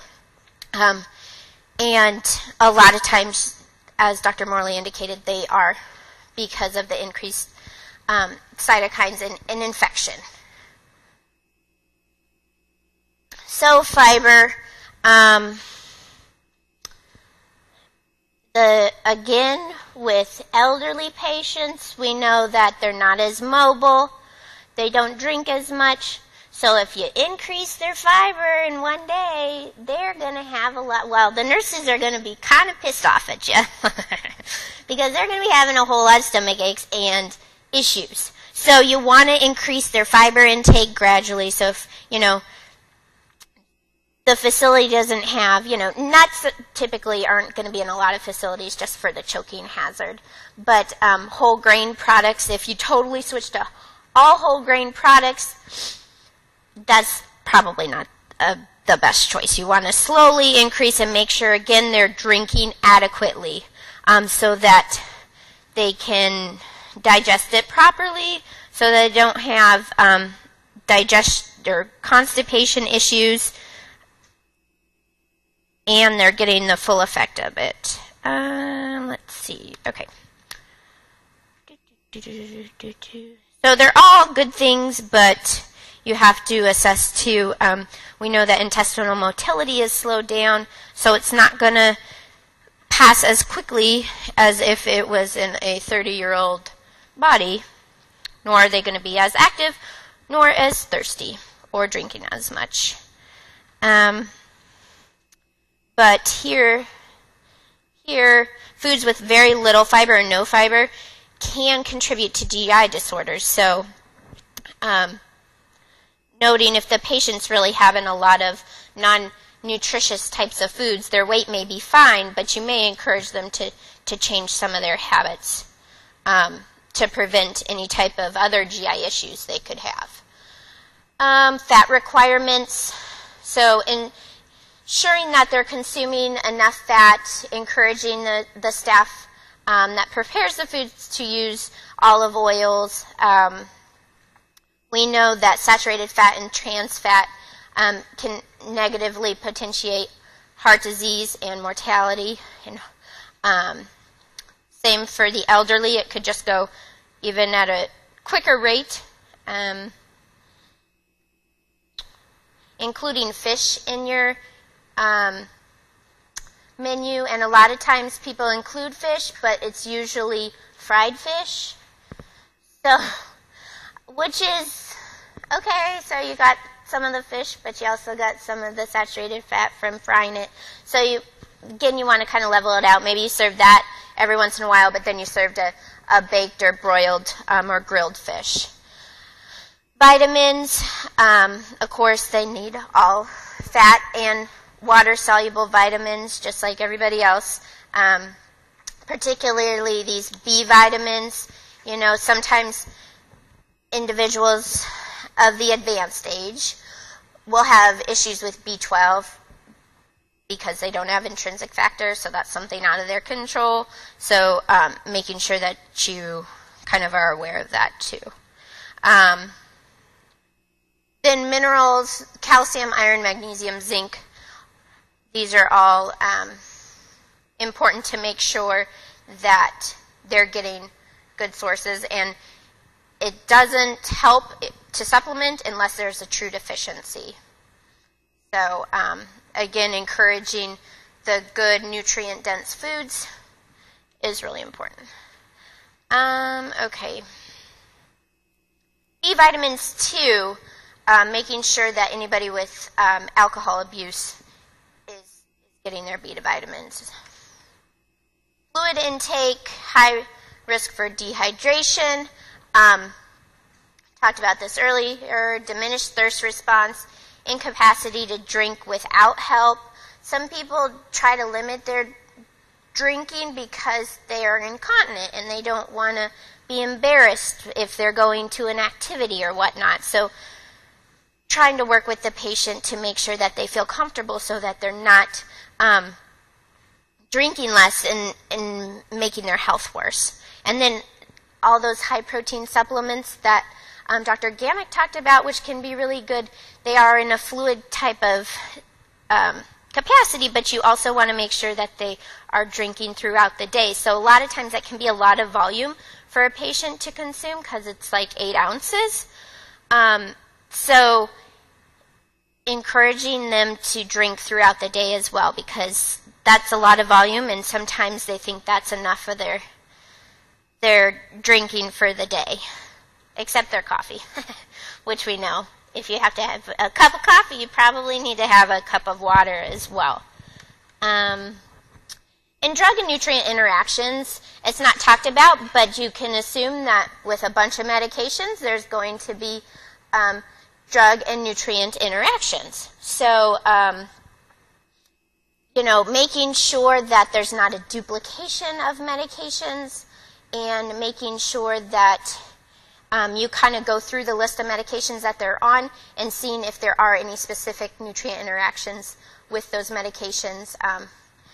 One thing that comes to mind is black licorice. A lot of medications, I don't want to say a lot, but some medications have an interaction with black licorice. Now, myself would have no problem with that because I think it's disgusting. But a lot of the advanced aged population, for whatever reason, has this love for black licorice. So you're not serving it, but maybe their family's bringing it in.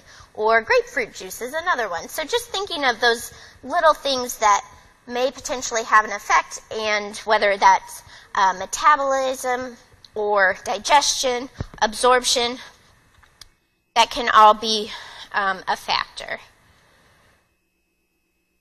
And maybe the use and abuse of vitamin and mineral supplements, not so much in the nursing home because it's going to be controlled, but outside, so in the community, where, they hear the advertisements on TV and they assume that they're going to live healthier and longer with more vitamin C and more vitamin, whatever you want to talk about. You can get every flippin' vitamin out there in an individual supplement, which in terms of some of the fat-soluble vitamins can be quite toxic. So for patients that are transitioning home, making sure that they're not going back to consuming a whole bunch of additional vitamin and mineral supplements.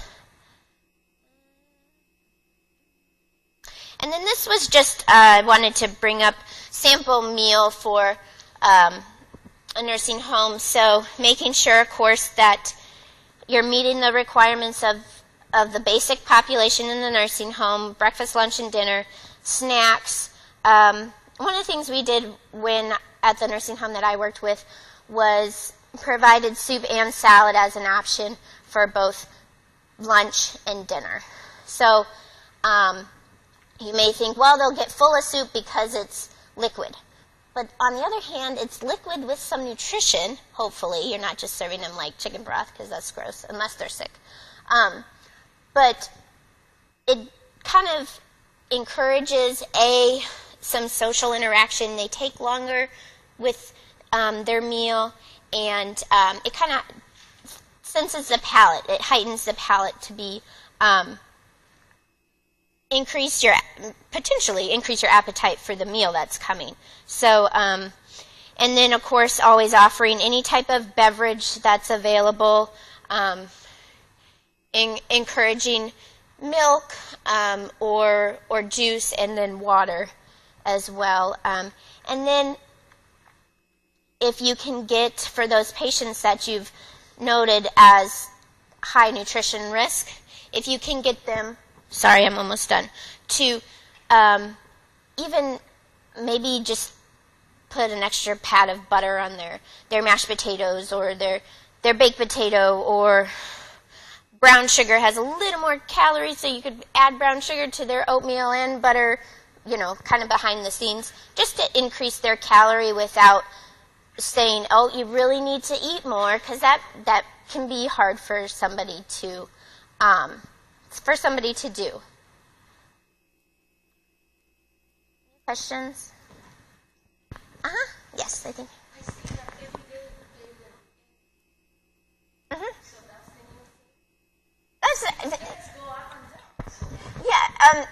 The cholesterol, if you're worried about the cholesterol from eggs, they say for general population it's like 3 times a week to consume eggs, and that is just an option. Some patients are not going to have eggs every week or eggs every day. There's always oatmeal or cereal or toast.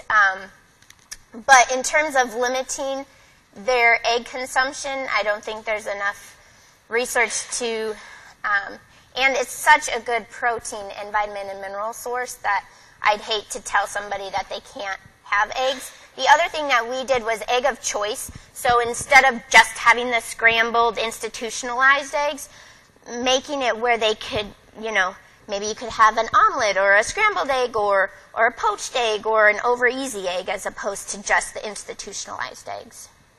Uh-huh.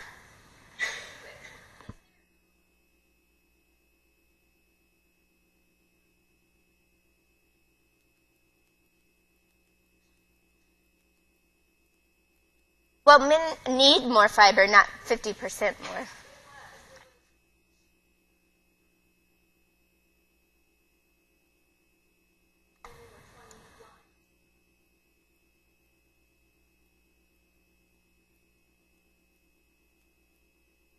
Oh, here.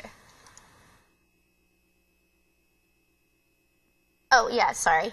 I mean, the evidence is out there that they need more fiber. What? Yes.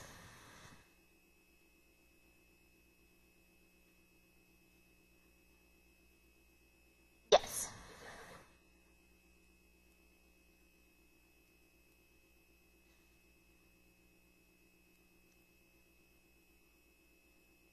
I mean, Dr. Morley may be able to answer this question better, but from what I know and from what I've read, it doesn't necessarily help. It's a beverage, and so it's good to drink. But in terms of prevention of UTIs, I don't think there's evidence out there to support it strongly. Dr. Morley or Dr. Cranberry juice and UTIs. Prevention of UTIs, there's no suggestion of... Right. Right, okay, yeah. Yeah.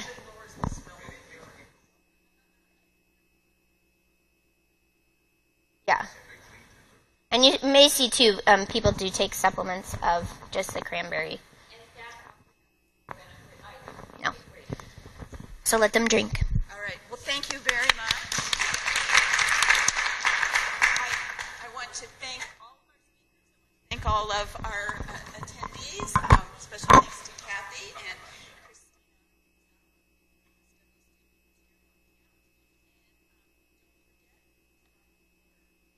Assessments and evaluations in the box. Social workers sign out. I got everything. And now you have lots of good conversation for Thanksgiving dinner. Thank you.